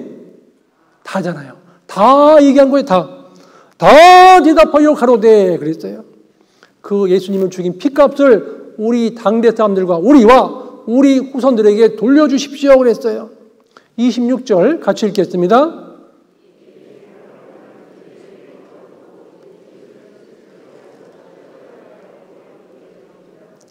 예, 예수는 채찍질하고 십자가에 못 박히게 넘겨주니라 그랬어요. 잘 보세요. 절 보시겠습니다. 그런데 예수님이 십자가에 잡혀가기 이제 십자가 돌아가시기 전에 그리고 이제 겟세마네 동산에 잡히기 전에 예수님께서 이렇게 얘기합니다. 여러분들 이스라엘 백성들이요, 여러분들 예루살렘이 군대들에게 에워싸이는 것을 보고들랑 성에서 다 빠져나가시오, 다 도망가시오 알려준 거예요. 근데 그걸 소수의 사람들을 예수님의 말씀을 믿은 소수 사람들은 6월절 절기 기간 중에 안 들어가고 도망가 버린 거예요. 그 성에서. 그러니까 예수님은 자기가 죽어가는 과정 속에서도 사람들에게 피할 수 있는 길을 주신 거예요. 예루살렘 성이 군대들에게 에워싸이는 것을 보고서랑 피하라 그랬어요. 그 주변에 페레아라는 성이 있는데 페레아라는 성으로 나갔으면 다 살았어요. 근데 실제 예수님 말 믿고 대피한 사람들은 살았어요. AD 66년도에 로마의 네로 황제 있잖아요. 네로 황제. 네로 황제는 아직 극악무도예요. 네로 황제가 베스파시온 장군과 그의 아들 타이소스 장군에게 군사 6만 명을 줘가지고 예루살렘 성을 함락하라고 보낸 거예요. 그래가지고 이제 이 로마 군대가 막 말 타고 쳐들어오는 거죠. 막 탁탁탁탁 쳐들어와가지고 예루살렘 성을 포위했어요. 그런데 이 베스파시온 황제는 귀족 출신이 아니고 평민 출신인 거예요. 왜 평민 출신으로 저기 장군 삼았냐면은 혹시 도전해가지고 황제 자리를 넘볼까봐 평민 출신 중에서 뽑은 거예요. 네로 황제가 자기의 황제 자리를 넘볼까봐. 그런데 베스파시온 장군과 그의 아들 타이투스 장군이 6만 명이 군사를 와가지고 예루살렘 성을 포위했어요. 포위해가지고 지금 막 본격적으로 싸우려고 하고 하는데 그때 반란군의 우두머리를 생포해요. 그분 이름이 요세푸스라는 분이에요. 요세푸스. 근데 요세푸스라는 사람이 이렇게 예언합니다. 장군님, 베스파시온 장군님은 로마 본토에 가시면 로마 황제로 등극할 것입니다. 그렇게 얘기해 준 거예요. 놀란 거예요. 속으로. 아니 내가 평민 출신인데 어떻게 내가 황제가 돼? 속으로 그랬어요. 그런데 이제 베스파시온 장군 부하가 장군님, 저 사람 보통 사람 같지 않으니까 우리가 죽이지 말고 포로로 잡아갑시다. 그래서 요세푸스라는 사람을 포로로 로마에 잡아가게 됐고, 근데 로마 본토에서 네로 황제가 갑자기 죽게 돼요. 독살당해가지고 죽었는데 그 사이에 나라가 혼란스러우니까 예루살렘 성을 포위했던 군대들 돌아와라 그랬어요. 그래서 베스파시온 장군과 타이투스 장군이 군사를 이끌고 다시 군사 포위했다가 다시 풀어가지고 포위해가지고 군사 데리고서 로마로 오게 된 거예요. 그 오는 과정 속에서 1순위 갈바, 오토, 비틀리우스 이 대제 세 분들이 다 죽게 돼요. 그 사이에. 그래서 베스파시온 장군이 로마 본토에 딱 들어가 보니까 자기가 서열순위 1순위 된 거예요. 1순위. 그래서 베스파시안이 로마 황제에 등극하고 등극한 다음에 AD 70년에 자기가 정복하지 못했던 예루살렘 성을 자기 아들 타이터스에게 군사 10만 명을 줘가지고 AD 70년에 예루살렘 성 함락하라고 보낸 거예요. 그래서 막 AD 70년에 달려와가지고 예루살렘 성을 포위해가지고 토성을 쌓은 다음에 들어가 보니까 하도 먹을 게 없으니까 한 5개월 동안 밖에 나오는 다 죽여버리니까 나오지 못하고 성 안에 있던 사람들이 자식을 먹고 버틴 거예요. 하도 먹을 게 없으니까. 그런데 성경에는 자식을 먹는다 말씀도 기록되어 있어요. 미리 성경에. 그런데 실제로 그런 일이 벌어진 거예요. 그 안에서. 그래서 로마 군인들이 이거는 인간도 아니다. 싹 죽여버려. 근데 원래 예루살렘 성 안에 보통 사는 사람이 약 10만 명 되는데 그 당시에 110만 명 이상이 모인 거예요. 110만 명 이상이 모인 거예요. 그래서 왜 이렇게 많이 모였나 했더니 6월절 절기를 지키기 위해서 그 예루살렘 성에 그 많은 사람들이 모여 있었던 거예요. 로마 군인들이요. 토성을 쌓고 들어가가지고 무자비하게 죽여버렸어요. 거기 들어가가지고. 그 내용을 자료를 보면서 같이 말씀을 드리도록 하겠습니다.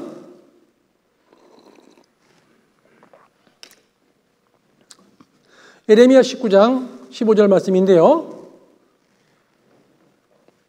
장엄한 분위기를 가진 예루살렘 그랬죠. 다윗은 이곳을 수도로 정했다. 지금부터 2600년에 기록된 말씀인데요. 만군의 여호와 이스라엘의 하나님이 말씀하시되 보라 내가 이 성에 대하여 선언한 모든 재앙을 이 성과 그 모든 촌락에 내리리니 이는 그 목을 곧게 하여 같이 읽겠습니다. 예, 하나님의 말씀을 듣지 아니함이니라 하셨다 하라. 하나님의 말씀을 듣지 않음으로 말미암아 그 성에 재앙이 내린 거예요. 그들이 전국에서 네 모든 성읍을 애웠다고 네가 의리하는 바 높고 견고한 성벽을 뭐라고 했습니까? 다 헌다 그랬죠. 예루살렘 성벽을 다 헌다라고 미리 예언했던 거예요. 신명기서예요. 이게 지금부터 3400년 전에 기록된 말씀이에요. 근데 그대로 이루어진 거예요. 그리고요, 자녀 곧 내 몸에 소생의 고기를 먹을 것이라고 성경에 미리 예언되어 있는데 그대로 이루어진 겁니다. AD 70년에 토성 쌓아가지고 포위해가지고 들어가 보니까 자식을 먹고 있었고 비참한 학살이 있었고 그리고 성읍이 황폐해졌어요. 그리고 AD 70년부터 1948년도까지 전 세계에 흩어지고 칼이 따라다니고 옥토가 황무지가 됐어요. 그 이스라엘 땅이. 이 예루살렘 성을 함락시켜 들어갔더니요, 그 당시에는요, 전쟁에서 무슨 월급 주는 게 아니고 전쟁에서 노획물을 나눠 갖게 돼 있어요. 그 당시에 군사가 동원되면. 근데 이 로마 군단들 들어가 보니까 막 그 벽에다가 막 금이라든가 납 있죠, 납. 이 돌과 돌 사이에 납을 넣어가지고 이 지진에도 견딜 수 있도록 튼튼하게 해놓은 거예요. 그래서 금과 납을 녹여가려고 벽을 다 헐어버린 거예요. 근데 제가 이스라엘 갔을 적에 가이드가 특별히 이렇게 얘기합니다. 지금까지도 아직도 안 녹여간 것이 있대요. 그러더라고요. 안 녹여간 것이 있대. 이 금 도금 있잖아요. 그죠? 근데요, 가이드가 이걸 긁거나 훼손시키면요, 가이드 면허 취소돼 버려요. 그래서 함부로 안 가르쳐 주는 거예요. 이런 거를. 누군가가 CCTV 딱 찍혀가지고 걸려버리면 그 가이드는 면허 취소돼 버립니다. 가이드 할 수가 없어요. 근데 특별히 그 당시에 2008년도에 갔던 그 가이드가 알려준 거예요. 예루살렘 성 함락할 때 그 당시에 이 돌 중에 아직도 이 금을 녹여가지 못한 게 지금도 남아있다고 그러더라니까요. 얼마나 금칠을 많이 해놨으면. 이 사람 걸리면 큰일 나는데 막 지금 한번 손톱으로 만져보고 있어요. 그죠? 이 금 도금한 것을 만져보고 있는 거예요. 누가복음 21장 6절에 보시면 너희 보는 이것들이 날이 이르면 돌 하나도 돌 위에 남지 않고 더 무너뜨리우리라 그랬죠. 하나도 남지 않고 무너진다고 이 성경이 기록되어 있습니다. 그런데 그대로 된 거예요. 제가요, 예루살렘 성에 가서 놀란 게 뭐냐면 예루살렘 성 들어갔을 적에 입장료를 또 내고 나와가지고 2000년 전에 허물었던 그 돌 있죠. 잔해를 쌓아놓은 거 그걸 보여주면 또 입장료 또 내. 근데 똑같아. 입장료가 되게 비싸. 2000년 전에 허물어진 것을 그대로 방치해놓고서 그걸 보여주는데도 입장료가 엄청 비싸요. 여기 보세요. 그대로 그 당시 무너진 것들을 보존하고서 보여주고 있는 거예요. 타이터스 장군에 의해서 허물어진 그 잔해들을 그대로 보관하고 있습니다. 로마에 가면 타이터스 장군이 예루살렘 성을 함락하고 돌아와가지고 세운 거 있죠. 개선문. 타이터스 개선문이요. 2000년 전에 만든 개선문이 그대로 보존되어 있어요. 지금. 생각해 보세요. 실내에 있는 것도 아니고 실외에 있는데 2000년 전에 그 만들었던 개선문이 지금도 이렇게 변하지 않고 딱 보여주고 있는 거예요. 예루살렘 성에서 성물을 가지고 오는 거죠. 촛대라든가 그런 것들을 성에서 다 가지고 오는 거예요. 장면을. 그거를 개선문에다가 돌에다가 새겨놓은 겁니다. 지금까지도 그 역사, 2000년 전에 있었던 이 역사를 그렇게 지금도 보여주고 있는 거예요. 성경은 사실인 거예요. 개선문입니다. 타이터스 개선문. 그리고 여기가 이제 통곡예배를 하는데 타이터스 장군 부하가 그랬습니다. 장군님, 이 벽을 다 헐고 가면 장체 후세에 우리 후손들이 우리가 어떻게 이 예루살렘 성을 함락한 거 어떻게 알겠습니까? 그래서 이쪽에 좀 남겨놓고 갑시다. 그게 통곡의 벽인 거예요. 좀 남겨놓고 간 거예요. 제가 만지고 있는 돌은요, 예수님 당대 돌이요. 아주 반들반들해요. 그죠? 돌이. 이스라엘 사람들은요, 종이 쪽지에다가 기도 내용을 접어서 이 돌과 돌 틈 사이에 접어서 넣고서 기도해요. 자기 소원 기도를 해요. 얼마나 많은지 몰라요. 돌 틈에다가 기도를 적어가지고 기도하고 있어요. 이 사람들은. 여기는 엄청 성스러운 곳이요. 정통 유대인입니다. 이분들을. 그래서 지금도 이렇게 로마에 가면 타이터스 개선문이 남아 있습니다. 그래서 예루살렘 멸망에 대해서 말씀을 드렸고요. 그 다음에 유대, 잘 보세요. 이스라엘 민족의 순환인데요. 율법을 불순종한 죄, 예수님을 배척한 죄로 전 세계에 흩어지게 된 겁니다. 바벨론, 페르시아, 헬라, 로마에 의해서 짓밟히게 됐고, 이 마태복음 27장 25절 같이 읽겠습니다.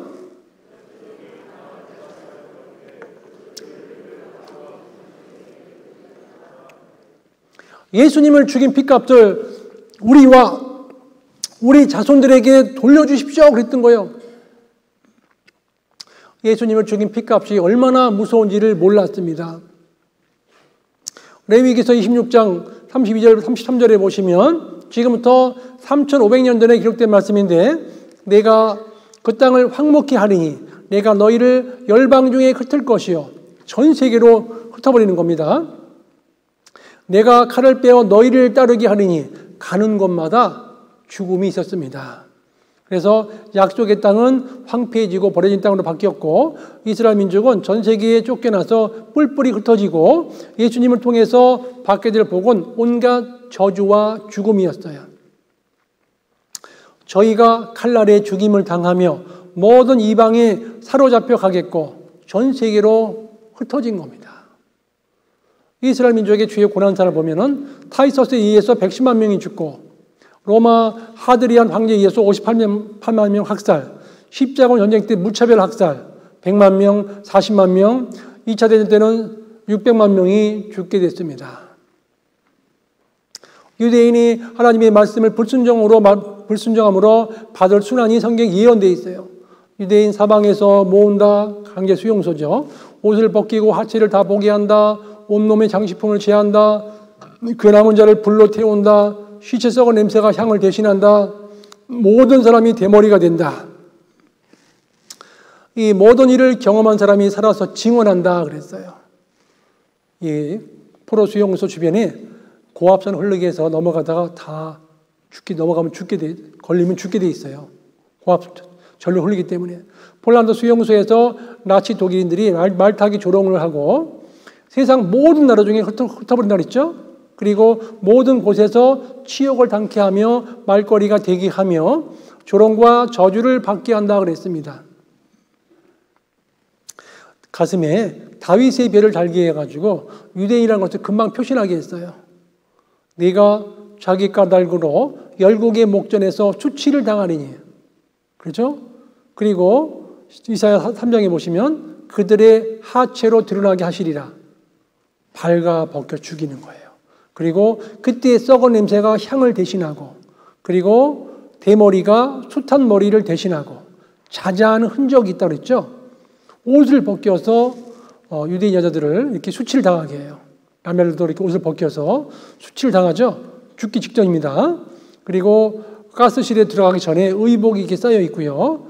그 여자들 머리를 삭발해가지고 잠수함 방수제를 쓰기도 하고, 그 당시에 죽었던 사람들의 신발들, 구두들, 안경들, 그리고 의족, 수족들, 그리고 어떻게든지 악랄하게 죽이려고, 악하게 죽이려고 말 4마리가요, 사지를 찢어 죽이는 거예요. 다리, 팔 잡아가지고 땡겨버리는 거예요. 말 4마리가. 이렇게 악랄하게 죽였어요. 예수님을 죽인 핏값으로 그 당대 사람뿐만 아니라 후손들에게 엄청난 고통이 있었던 거예요. 이렇게 큰 불을 지펴가지고요, 엄청난 큰 불을 피워가지고 산채로 죽이기도 하고, 그리고요 매달아 죽이기도 하고요, 발바닥에다 장작불 위에다가 발을 올려가지고 태워서 어떻게 죽는지도 보게 하고요. 응? 하여튼 뭐 잔인한 방법으로 그냥 막 죽이는 거예요.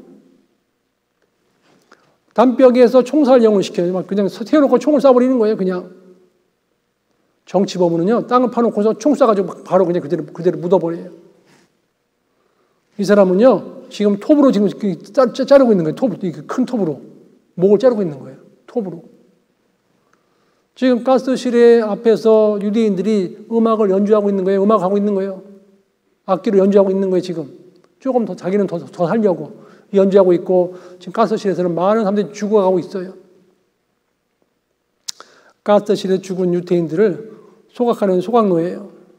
가스 사용실에 가기 직전의 유대인들의 모습이에요. 가스실에 들어가기 직전에 사람들이에요. 목욕시켜주겠다고 들어가라놓고서 여기서 가스를 틀어버린 거예요. 지글러비 가스, 독가스예요. 빠른 시일 내에 많이 죽이기 위해서 독가스를 만들어버린 거예요. 독가스를 넣어버린 거예요. 지글러비 가스. 예수님이 죽인 핏값으로 이렇게 많은 사람들이 죽었어요. 의학 실험의 인처 제공. 폴란드 아우슈비츠 수용소 전기형이죠. 이게 지금도 폴란드 이렇게 수용소들이 많이 그대로 보존되어 있어요. 보라고. 백성이 다 대답하여 가로되 그 피를 우리와 우리 자손에게 돌릴지어다 그랬죠. 그대로 이루어진 거예요. 이거는요, 스마트폰에서요, 요세푸스 전쟁사라는 책을 딱 치잖아요. 그럼 이게 책이 떠요. 근데 요세푸스라는 책에 보면은요, 책에 타이터스는 성 주변에 토성을 쌓도록 명령했다. 밤낮을 이은 공사 끝에 성벽을 외부와 완전 차단시키는 7km의 토성은 완성되었다. 옛부터 예루살렘이 거기서 외침을 입으면서 또 토성으로 둘러친 적은 이때뿐이다. 여기 요세푸스 유대 전쟁사 예루살렘 멸망 거기 책에 보면은요, 유대인들은 포로로 노예로 팔려 나갔으나 살자가 없었고 그랬죠. 유대인들이 노예로 팔려 나가는데 안 사는 거예요. 이 노예 시장이 저기 있죠. 거기 에집트라는 나라에 노예 시장이 있는데 노예 시장에 팔아도 안 사는 거예요, 사람들이. 유대인들을. 그런데 성경에 미리 예언되어 있어요. 이거는 요세푸스 전쟁사 책에 있는 내용이고, 이거는 3,400년 전에 기록된 신명기 성경에 나와 있습니다. 너를 애굽으로 끌어가실 것이라. 거기서 같이 읽겠습니다. 너희가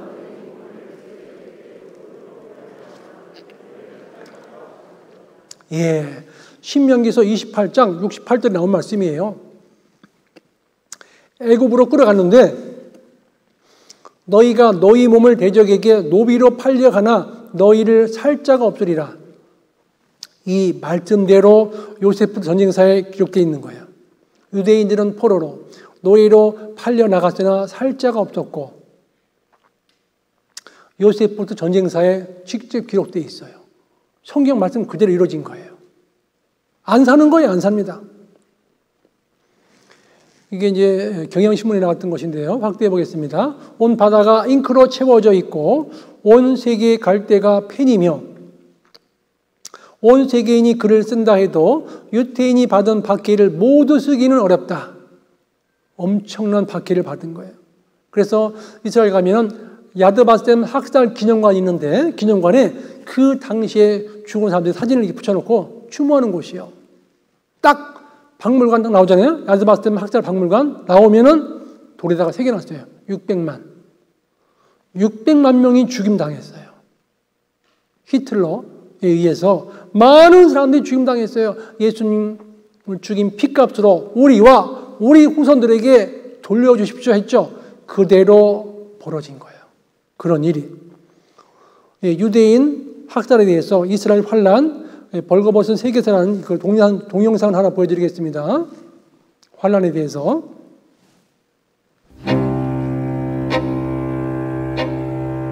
유대인들은 말 그대로 사형선고를 받습니다. 그래서 당시 그전에는 게토라고 그래서 가둬놨어요. 가둬놨다가 노동 수용소로 보내. 재산 다 뺏어버리고 수용소에 갔어. 유대인들이. 가면 저도 이제 그전에 이제 폴란드 아우슈비츠 가봤는데 입구에 항상 똑같은 게 써져 있죠. Arbeit macht frei. 노동이 너희를 자유케 하리라. 일하라. 그럼 이제 유대인들은 가서 내가 열심히 노동하면 자유를 얻을 수 있겠지라는 신락 같은 희망을 가졌을 거예요. 가잖아요. 이제 노동을 해.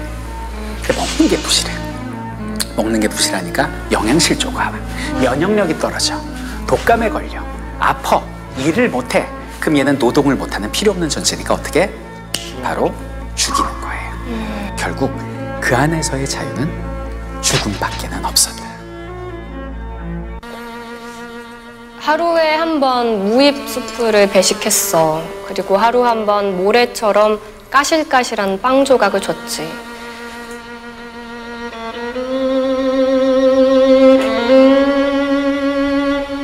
그런데 밀가루에 톱밥이 섞여 있는 거야.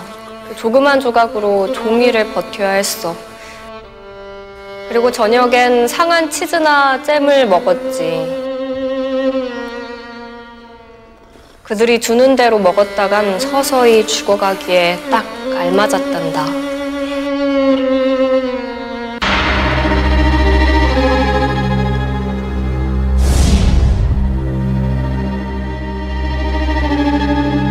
그걸 홀로코스트라고 부르는데 홀로코스트, 네. 태워 없앤다. 처음에 어떻게 학살을 하냐면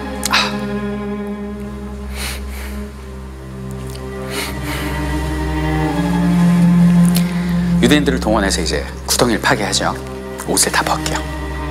알몸으로 만들고 그 안으로 들어가게 합니다. 그리고 이제 총으로 난살해요. 처음에 그렇게 죽였어요. 근데 문제가 생겼어. 총알이 아까운 거예요. 어떻게 하면 효율적으로 죽일까? 그렇죠. 그래서 생각한 게 우리가 아는 가스실.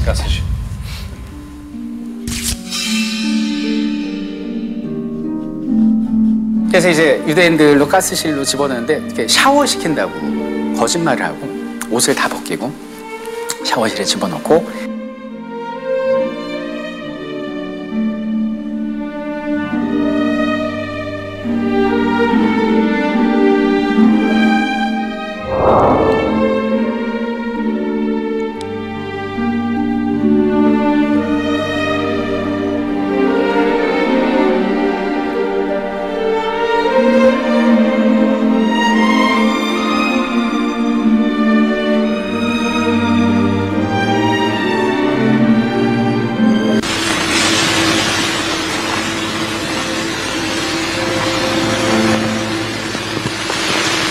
I, George C. Stevens, Lieutenant Colonel, Army of the United States, hereby certify that, and among my official duties was the direction of the photographing of Nazi concentration camps and prison camps as liberated by Allied forces.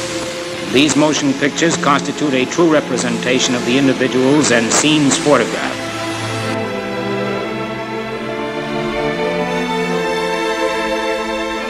그 주변 있는 마을, 그냥 일반 사람들 마을에서 진짜 몇백 미터만 가면 거의 숲속에 있는 수용소들이었거든요. 수신도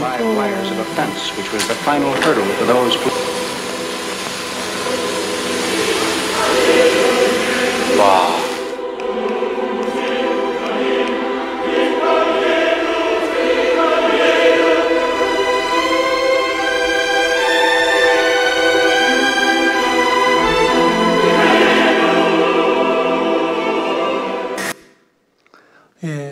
예수님을 죽임 대가로 이렇게 처참하게 죽고 갔어요. 이스라엘 백성들이.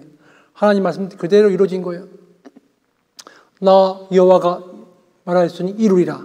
나 여호와가 말하였으니 이루리라라고 하나님께서 말씀을 하고 계셔요. 이렇게 철저하게 망했던 이스라엘. 그런데 세상 마지막 때가 되면 이 이스라엘 민족을 다시 회복을 시킨다고 하나님께서 말씀하셨어요. 그런데 철저하게 망했던 나라가 한 나라가 다시 되기 위해서는 세 가지 조건이 필요해요. 민족이 있어야 되고요. 그 다음에 땅이 있어야 되고 주권이 있어야 돼요. 나라가 힘이 있어야 돼요. 힘이 없으면 금방 망해버립니다. 주변 나라 침공에 의해서. 그런데 이 회복에 대해서 잠깐 왜 하나님께서 이스라엘 민족을 끝까지 버리지 않았는지를 한번 보시겠습니다. 로마서 11장 1절에 보시면 그러므로 내가 말하노니 같이 읽겠습니다. 하나님이 자기 백성을 버리셨느냐? 그럴 수 없느니라. 됐습니다. 하나님께서 자기 백성을 버리셨느냐? 그럴 수 없느니라. 세상 마지막 때가 되면 그 민족, 이스라엘 민족을 다시 회복시키시겠다고 약속하신 거예요. 레위기 26장 44, 45절에 보시면 내가 그들의 하나님이 되기 위하여 열방의 목전에 애굽에서 인도하여 낸, 같이 읽겠습니다. 그들의 열조와 맺은 언약을 그들을 위하여 기억하리라. 나는 여호와니라. 예, 그들의 조상과 이스라엘 민족의 조상과 맺은 언약이 있어요. 절대로 망하진 않아요. 세상 마지막 때가 되면 다시 회복시키시겠다고 약속하셨어요. 이사야 41장 21절에 보시면 너희는 확실한 증거를 보이라 그랬죠. 이전일에 대한 증언, 에덴동산 노아홍수 사건, 소돔 고모라 성 사건, 이런 사건들을 어제 말씀드렸죠. 바벨탑 사건. 그런데 하나님께서 여호와 하나님의 증인으로서 이스라엘 민족에 순종하면은 복과 축복과 생명을 주시고 이스라엘 민족이 불순종하면은 화와 저주와 죽음이 있다 했는데 그대로 된 거예요.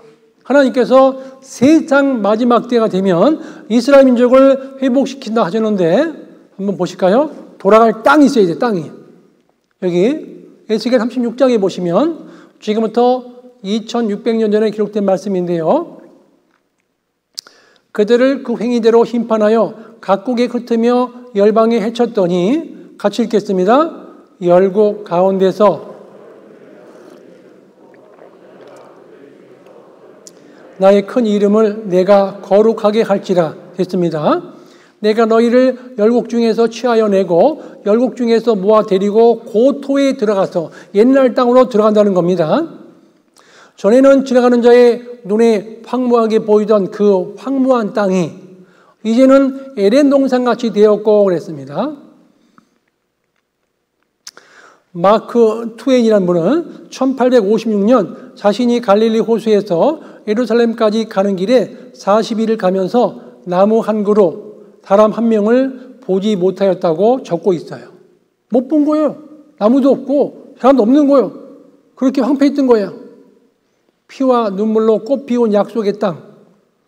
이 땅을 한 뼘씩 한 뼘씩 개간하기 시작했어요. 이 척박한 땅을 이스라엘 사람들이 들어가서 잘 보세요. 이 척박한 땅, 이 땅은 비 오면 다 흡수해버리기 때문에 여기 농가 짓는 거는 거의 불가능한 땅이에요.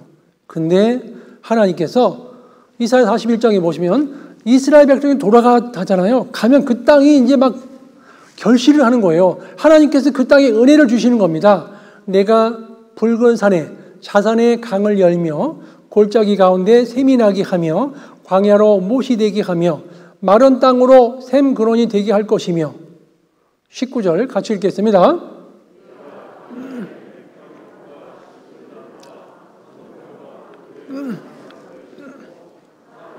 잣나무와 소나무와 황양목을 함께 두리니. 예, 광야에는 이런 나무를 심고 사막에는 이런 나무를 심으라고 했는데 실제로 지금 그대로 되어 있습니다. 이게 갈릴리 호수죠. 갈릴리 호수. 여기 물을 끌어들여가지고 갈릴리 호수 물을 끌어들여서 이런 배수관을 통해 가지고 펌프로 해가지고 물을 쭉 전 국토를 적시고 있는 거예요. 그래가지고 이 꽃이 펴 있는 곳마다 식물이 있는 곳마다 파이프가 지나가서 똑똑 떨어져요. 물을 많이 주는 게 아니라 죽지 않을 정도만 조금씩 똑똑 떨어뜨려요. 그래서 이스라엘의 농업을 물 한 방울의 농업이다 그래요. 이스라엘은요, 집에서 쓰는 그 물 있죠. 화장실이고 어디고 쓰는 물, 세면되고 쓰는 물을 절대 안 버립니다. 다시 정화시켜서 또 써요. 그것을 조경수라든가 나무에게 줘서 나가게 합니다. 다 이렇게 밑에 파이프가 식물이 있는 곳마다 깔려 있습니다. 이게 식물을 재배하기 위해서 스프링클러 설치하고, 그리고 이곳에 농작물을 수확해서 주변 나라에 수출도 하고, 이 아름다운 꽃을 재배해서 유럽에 수출합니다. 지금 이스라엘은 농업 국가입니다. 농업도 아주 훌륭한 농업을 하고 있어요. 첨단 농법을 한국에서 배웁니다. 이스라엘 가가지고. 이렇게 풍요롭게 잘 살고 있어요. 에덴 동산처럼 바뀌어 있어요. 이 땅이, 여기 보세요. 이 땅이 이렇게 바뀌어 있고, 풍차 보이시죠? 이 땅이 이렇게 바뀌어 있어요. 풍차 보이시죠? 예. 이 땅이 이렇게 바뀌어 있어요. 이 땅이 이렇게 바뀌어 있어요. 사막이 연못되리라, 이사야의 예언 실현. 빈 땅에 건축하게 하리라. 이 말씀대로 이루어진 거예요. 빈 땅에 건축하게 하리라. 이 땅이 이렇게 바뀌어 있어요. 아름답죠? 집들이요? 이게 다 아파트예요. 채광을 가장 좋게 하기 위해서 이렇게 아파트를 만든 거예요. 이스라엘 텔아비브. 이렇게 잘 살고 있어요. 예언했죠? 황무한 땅이 에덴 동산 같이 되리라. 성취된 거예요. 우리가 살고 있는 시대에. 이스라엘의 회복은요, 하나님의 이름을 위해서 예수님 재림의 때, 그리고 이스라엘 구원하기 위해서 하나님께서 이스라엘 민족을 회복시켜 주는 거예요. 땅이 회복됐습니다. 그러면 하나님께서 땅의 회복에 대한 것을 제가 한번 영상으로 한번 더 보여드리겠습니다. 영상을 한번 보시겠습니다. 겨울철 단 2달 동안 내리는 비로만 살아가야 하는 사막의 나라 이스라엘. 그만큼 농사짓기 까다로운 곳 역시 바로 이스라엘인데요. 이런 황폐한 땅에서 세계 최고의 선진 농업 국가가 되기까지 이스라엘엔 어떤 변화가 있었을까요? 푸른 폭이 자라기 힘들었던 땅에서 풍요로운 농업 기반을 닦은 이스라엘. 이스라엘 첨단 농업 기술의 집약체. 사막 농업 기술 박람회에서 그 해답을 찾아봤습니다. אני גרה פה 40 שנה באזור, במדבר, וכשבאנו ליישוב שלנו היום אני מסתכלת בתמונות וקשה. 사막에서 꽃을 피울 수 있는 에덴 동산으로 바꿨다는 것에 대해 자랑스럽고 그랬죠. 실제로 이렇게 바뀐 겁니다. קשה להאמין שאנחנו באנו והגענו למקום כזה והפכנו אותו לגן עדן, לגן פורח. 불모의 사막. 이스라엘에서 지난 25년간 농업 생산성이 16배나 증가한 것은 농업이 다른 산업보다 혁신적이라는 믿음에서 나온 것인데요. 특히 농업을 95%의 기술과 5%의 노동에서 나온다는 창의적인 이스라엘은요, 95% 기술과 5% 노동, 첨단 농법을 가지고 농사를 지어요. 그 나라의 땅이 회복됐죠. 에덴 동산처럼 바뀐다고 하는데 그 말씀대로 이루어졌어요. 그리고 이스라엘이 또 민족 회복에 대해서 같이 한번 또 보시겠습니다. 하나님께서 어떻게 이 민족을 회복시켜 주시는지. 그 이스라엘 민족이 바벨로니아, 페르시아, 헬라, 로마이에서 식민지 생활을 해왔죠. 그리고 그 땅은 AD 70년에 로마이에서 완전히 무자비하게 이제 멸망당했잖아요. 그리고 분산하고 전 세계에 흩어지고 가는 곳마다 학살이 있었고 그 땅은 황폐해진 거예요. 1948년도 5월 14일 날 이스라엘 민족이 독립을 하게 됐고, 그리고 그 땅으로 사람들이 계속 돌아가고 있고, 그리고 이스라엘은 지금 강대국이 돼 있고 그 땅은 옥토로 바뀌어 있어요.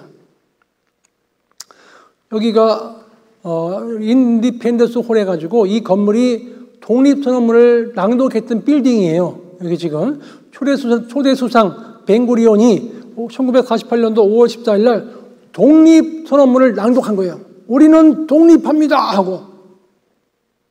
그런데 이 건물이 지금도 남아있고, 그리고 미국 신문에 State of Israel is born, 이스라엘 나라의 탄생하고 바로 발표해 준 거예요. 신문에. 이스라엘 나라의 탄생. 이틀 지나서 조선일보에 발표났죠. 신유태 국가 선포. 대한민국에서도 이스라엘 나라가 됐다고 조선일보에 발표해 준 겁니다. 신유태 국가 선포. 2차 세계대전 때는요, 여기 써 있죠? 팔레스티나. 이스라엘 없었대, 지구상에. 없었습니다. 지금 있죠? 이스라엘. 1948년도 5월 14일 날 독립했어요. 이스라엘. 지금부터 2700년 전에 기록된 말씀인데요. 미가서에 보면 그 전원자로 남은 백성이 대기하며 같이 읽겠습니다. 멀리 쫓겨났던 자로 강한 나라가 대기하고, 이스라엘 백성들은 멀리 쫓겨났었는데 이제 마지막에 강한 나라가 된다 그랬죠? 지금 강대국이 되어 있어요.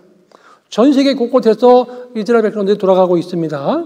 요즘 이스라엘 벤구리온 공항은 세계에서 몰려드는 유대인들로 미워진다고 한다. 계속 돌아가고 있어요. 네타냐후 총리가 전 세계 유대인들에게 이스라엘로 돌아오라 메시지 보내고 있죠. 야드바스템 학살 기념관에 가면 이렇게 철조망에다 나뭇잎이 나온 그림을 그려놨어요. 철조망에서 나뭇잎이 나오는 것보다 2000년 동안 식민지 생활하다가 독립하는 게 훨씬 더 어렵다는 것을 설명해 주기 위해서 이런 그림을 그려놓은 거예요. 철조망에서 나뭇잎이 나오는 것보다 훨씬 더 어렵다는 거예요. 2000년간 전 세계 곳곳에 흩어져서 그 민족이 전 세계 어디 있는지도 몰랐는데 2000년 후에 그 땅으로 돌아오는 거예요. 내가 유대인이라고, 내가 하나님 백성이라고 돌아가는 거랍니다. 돌아가는 거예요. 이것은요, 철조망에서 나뭇잎이 나오는 것보다 훨씬 더 어렵다 그래요. 확률적으로도. 에스겔 36장 36절에 보면 나 여호와가 말하였으니 이루리라. 하나님께서 말씀해 주시고 이루어주시고 말씀해 주시고 이루어주시는 거예요. 이 세상에서 가장 신비한 나라 그랬죠. 전 세계에서 이스라엘 민족이 약 1800만 명 정도 되는데 강원도 땅보다 조금 커요. 근데 그 나라가 지금 전 세계를 좌지우지하고 있어요. 지금 좌지우지하고 있어요. 잘 살아요. 제가 지중해 갔더니요, 10월 달에 갔거든요. 10월 달에 갔는데 그때도 수영하고 있어. 너무 기후가 좋은 거예요. 지중해 배는요, 사람 살기가 너무 좋아요. 4, 5, 6, 7, 8, 9, 10 오랫동안 수영할 수 있어요. 제가 강원도 속초에 있을 적에는요, 속초는 여름에 추워서 한 달도 수영 못해요. 한 달도 못 가요. 너무 추워서, 강원도 속초는. 근데 지금 서귀포 제가 있잖아요. 거기 중문에 있는 해수욕장은요, 만약 개장만 계속 한다면은 10월 초까지 수영할 수 있어. 서귀포에서는. 그 날씨가 따뜻하다는 거예요. 그러니까 이 지중해 지역에는 날씨가 너무 좋아가지고 사람 살기가 굉장히 좋은 지역이요. 이 땅에 이스라엘 백성들이 살고 있어요. 10월 달에도 이렇게 수영하고 있잖아요. 키부츠 농장에서 이렇게 한가로운 때를, 좋은 시간들을 갖고 있는 거예요. 이스라엘은 지금 강대국이 되어 있습니다. 그러면 그 강한 나라, 그 민족이 계속 돌아오는데 중국에 살던 유대인이 돌아온다는 영상을 하나 보여드리겠습니다. 중국계 유대인이 돌아와요.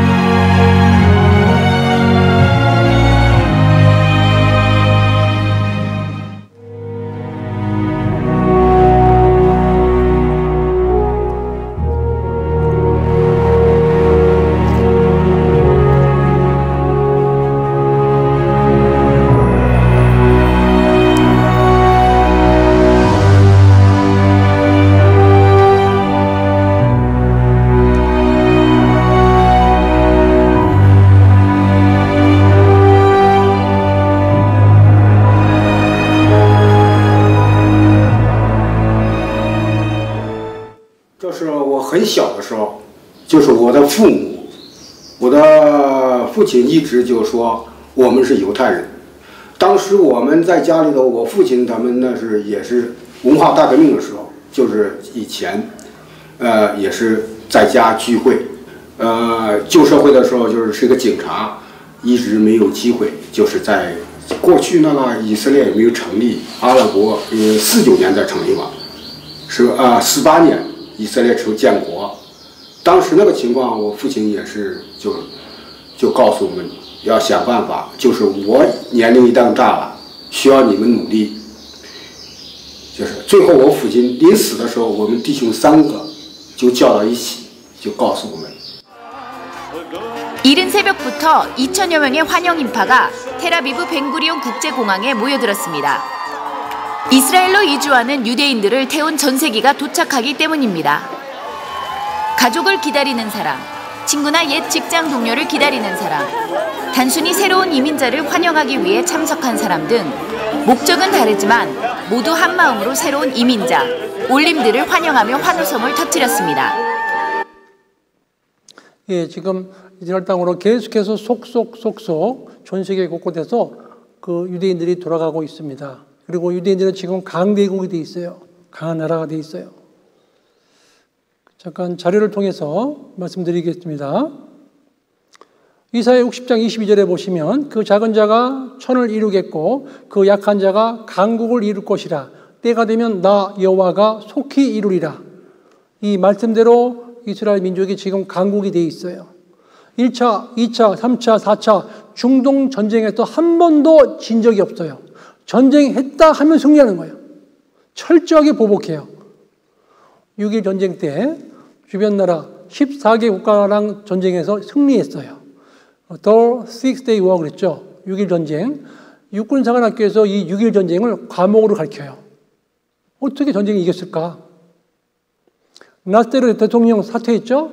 그 당시에 6.1 전쟁 때 아랍 진영의 대표였던 나스테르 대통령이 사퇴해버렸어요. 전쟁 지고 나서. 아랍국들 왜 이스라엘 두려워하나? 무결점 공격, 공군 세계 최정예. 이스라엘 원폭, 수폭 수십 개 보유. 이스라엘 핵무기 100에서 200기 보유. 이스라엘 핵무기 400개 보유. 이스라엘은요, 지금 초강대국입니다. 40년 전 핵무장 첫 시인. 비밀 정보기관 이스라엘 모샤드 세계 제1등이요. 비밀 정보기관이. 프로의식 등 흠 잡을 데 없다. 지금부터 2700년 전에 기록된 말씀인데요. 이사야 60장에 보면 이는 사람들이 네게로 열방의 재물을 가져온다 그랬죠. 계속해서 재물이 들어가요. 이스라엘 땅으로. 세계 다이아 시장 유대인이 주물러. 세계 금가 5인이 좌우 다 유대인 겁니다. 유대인의 힘 이유가 있다. 2% 유대인 미국을 쥐락펴락. 돈줄 언론 틀어지고 막고서 정책 쥐락펴락. 돈벌이 되면 전쟁도 후원한다. 석유 비상시대 있죠. 이 석유 메이저가 다 유대인 겁니다. 성경 예언 믿고 석유 시추 나서 이스라엘 100년간 쓸 가스전 개발, 적과 꿀 대신 5일 가스 대박, 이스라엘 에너지 기적, 작지만 강한 나라 이스라엘, 5대 곡물 메이저 다 유대인 겁니다. 이는 바다의 풍부가 내게로 돌아오며 열방의 재물이 내게로 옵니다 그랬죠. 바다의 풍부, 여기가 바다가 있어요. 사해바다. 이 사해바다에 풍부가 돌아온다 그랬습니다. 바닷물이 5배나 되는 소금을 포함한 호수는 사해라는 이름이 어울린다 그랬죠. 염분 광물질 풍부의 성경선 보물창고예요. 이 사해바다가. 온천역, 머드팩, 해수욕 일석삼조 즐긴다. 저도 사해바다 가가지고 온천욕 했거든요. 그리고 진흙으로도 머드팩도 하고 해수욕을 하는데 거기 염분의 농도가 너무 높아가지고 물에 가라앉질 않아요. 사해바다는. 잘 보실래요? 제가 한국에서 갔다는 것을 표현하기 위해서 가져간 신문이 있어요. 무슨 신문이에요 이게? 벼룩시장이잖아요. 벼룩시장. 제가 대한민국에서 왔다는 걸 표현해주기 위해서 이걸 가지고 왔어요. 제가 사해바다에서 벼룩시장을 보고 온 사람이에요. 예? 벼룩시장.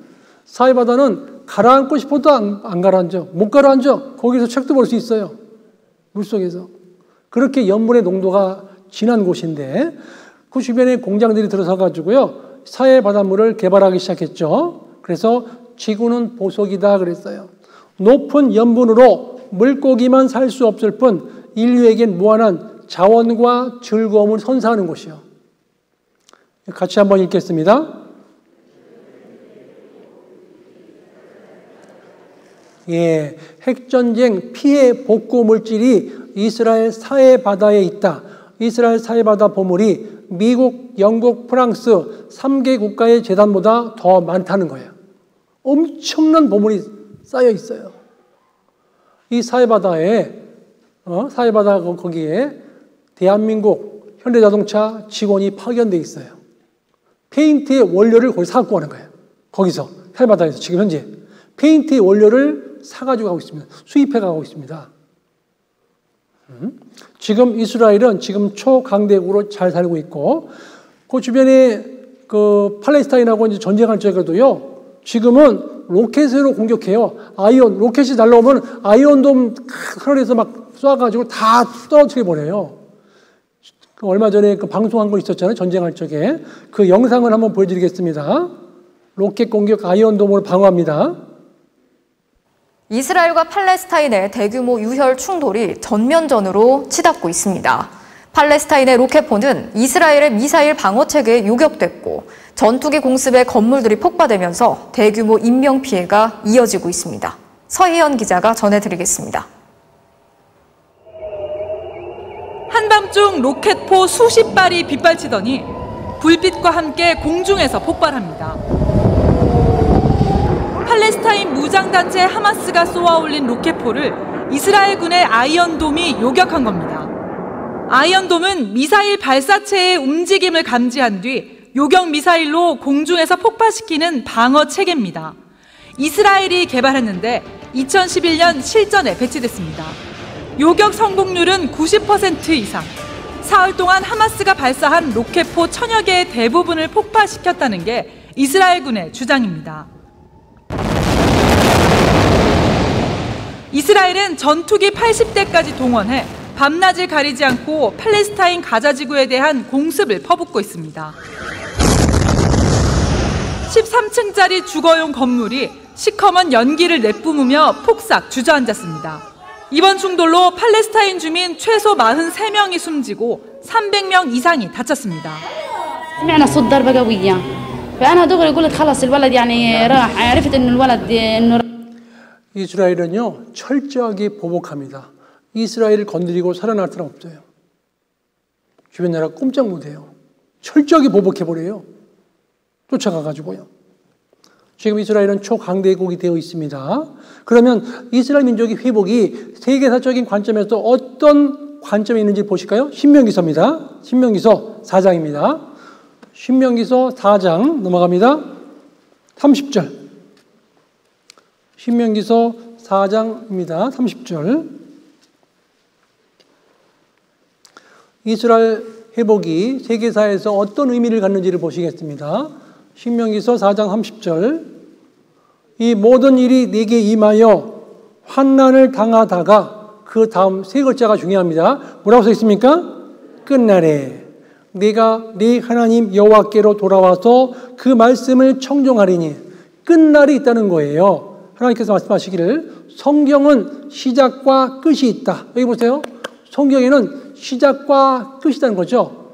우리가 살고 있는 시대가 끝날이 다 왔다는 거예요. 끝날. 거의 다 왔다는 겁니다.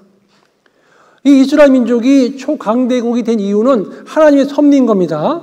이스라엘 사람들에게는 두 가지 사상이 있는데 하나는 선민 사상. 우리는 선택한 민족이다. 또 한 가지는요. 이방인 복수주의가 있어요. 그동안 이방인들에게 당했던 이방인 복수주의가 있어요. 전 세계를 돈으로서 목을 조여보고 있는 거예요. 철저하게. 지금요. 전 세계를요. 돈을 싹 끌어 들어가요. 지금 코로나 위기 때 유대인들 돈을 엄청 벌고 있습니다. 지금요. 돈을 싹 다 끌고 들어가요. 전 세계 돈이 싹 다 지금 끌려 들어가는 겁니다. 지금. 이스라엘은요 초강대국이 돼 있고 그것은 하나님의 섭리다. 그렇게 말씀드릴 수 있고요. 저 건국대학교 명예학 박사님 계신데 유태영 박사님이 강의한 게 있어요. 이스라엘의 세계 영향력이 어떤 것인지 강의한 것이 있는데 그 강의 내용을 한번 보여드리겠습니다. 자, 여러분 안녕하세요. 조그마한 아주 중동의 조그마한 땅에다가 나라를 세우고 사는 작은 종족이 하나 있어요. 그 종족을 옛날 말로 말하면 히브리 종족이라고 그래요. 요즘에는 그걸 유대 종족이라고 해요. 유대민족. 또 유대민족보다 더 알기 쉽게 말하면은 유대민족이 나라를 세웠는데 그 나라 이름을 이스라엘이라고 한다고. 그럼 이스라엘 많이 알려져 있잖아요. 예. 근데 공부 잘하기로 말하면 이 사람들이 세계 으뜸이다 그래요. 그래서 어째서 으뜸이냐 그랬더니 노벨상을 받은 사람 전체 수요의 26%가 유대민족이래요. 거기다가 노벨 과학상을 받은 사람은 60%래요. 이야, 대단하죠? 또 두 번째, 돈을 잘 벌기로 말하면 세상에 유대인을 따라갈 도리가 없어요. 세계적으로 돈 많은 사람은 거의 다 유대인이에요. 미국에 여러분 다녀오신 분 계셔서 아시겠습니다만은 큰 빌딩, 큰 은행, 큰 백화점 거의 90%가 유대인. 어떻게 하면 그 돈을 잘 버냐 이게요. 예. 세계 곡물 시장 유대인들이 꽉 쥐고 있어요. 우리 쌀을 판다, 산다, 밀가루를 산다, 옥수 산다. 이건 유대인 통하지 않고는 살고 파지를 못 오도록 100% 쥐고 있어요. 또 무기 시장 미사일을 산다, 무엇을 판다, 비행기를 산다. 이것도 유대인들이 꽉 쥐고 있어요. 허리우드에 LA 저쪽 허리우드에 갔더니 세계 필름, 영화 필름 보고 모든 거 유대인들이 꽉 쥐고 있어요. 도대체 어떻게 되냐 이게. 이 중동의 조그마한 땅에다가 나라를 세워가지고 나라를 지켜나가는데 또 자기 조국의 요즘 말하면 안보, 뭐 국방, 민족을 지키는 그 의식이란 건 또 너무 강해요. 그러면 어떻게 그 민족이, 조그마한 민족이 공부도 잘하고 돈도 잘 벌고 전쟁도 잘하고 농사도 잘 짓고 단결심도 강하고 애국심도 강하고 어떻게 그렇게 됐느냐. 이것은 하나님의 섭리인 거죠. 이스라엘 민족이 지금 초강대국이 돼 있잖아요. 그죠? 그리고 전 세계 곳곳에서 돌아가고 있고 그 땅은 에덴 동산처럼 바뀌어 있어요. 그 땅이 이스라엘이. 근데 하나님께서 말씀하시기를 나 여호와가 말하였으니 이루리라. 말씀해 주시고 이루어 주시고 말씀해 주시고 이루어 주신다는 거예요. 하나님께서는요 믿을 만한 증거를 주시고 믿으러 가시지 억지로 믿으러 가시는 분이 아니라는 거예요. 믿을 만한 증거를 주시는 거예요. 잘 보세요. 우리가 세상에 살면서요. 우리가 이번에 일주일 동안 성경을 배우잖아요. 성경을 배우는데 성경은 전체 다 알아야 믿어지는 게 아니에요. 우리가 동해 앞바다 가가지고 바닷물이 짠지 알아보려면 다 먹어봐야 돼요. 조금만 먹어봐도 알 수 있어요. 조금만 먹어봐도 알 수 있잖아요. 짜다는 것을. 그런 것처럼 성경을 다 배워야 믿어지는 게 아니라 믿을 만한 증거가 딱 발견되면 그렇구나. 성경 말씀대로 이루어졌구나. 너 여호와가 말하였으니 이루리라. 그 말씀대로 이루어졌구나. 이스라엘 민족을 선택하시고 흥망성쇠를 보니까 하나님께서 직접 운행해 가시는 거구나. 자연스럽게 믿어지는 거예요. 이산가족 상봉할 적에요.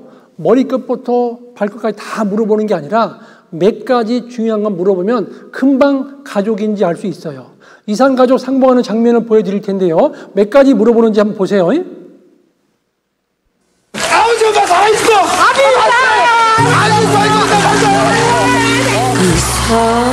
누가 이 사람을 모르시나요? 이름도 성도 얼굴도 가물가물한 무심한 세월. 33년 이산의 아픔은 전파를 타고 이 땅을 울음바다로 만들었다. 33년이 지나도록 이산 가족을 찾는다는 예고가 나가자마자 방청석에는 수많은 사람들이 몰려들었고 첫 번째 상봉 가족의 탄생은 말씀드리는 순간 그 상봉을 하는 장면이 있는데 잠시 좀 보여주시기 바랍니다. 네, 만나셨군요. 네, 대단히 아주 즐거워하시는 그런 표정입니다. 나도 만날 수 있다. 나도 만날 수 있으리라는 가능성으로 1천만 이산 가족의 가슴에 불을 당겼다. 30년 그 허망한 사월의 벽이 무너지기 시작한 것이다. 강산이 3번은 변하고도 남았을 세월. 어머님이세요? 내 모자가 만나셨어요.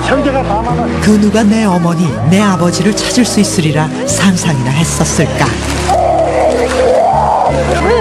여러 가족이 다 나오셨는데요. 누구누구 찾으신 거예요? 어머니하고 동생들 셋 찾은 거죠. 어머니를 아주 노모를 만나신 분, 또 고아원에서 헤어져 가지고 자매끼리 서로 성도 달리 쓰고 이름도 달리 고아원에 가면 고아원에서 다른 이름 다른 성을 붙여주니까요.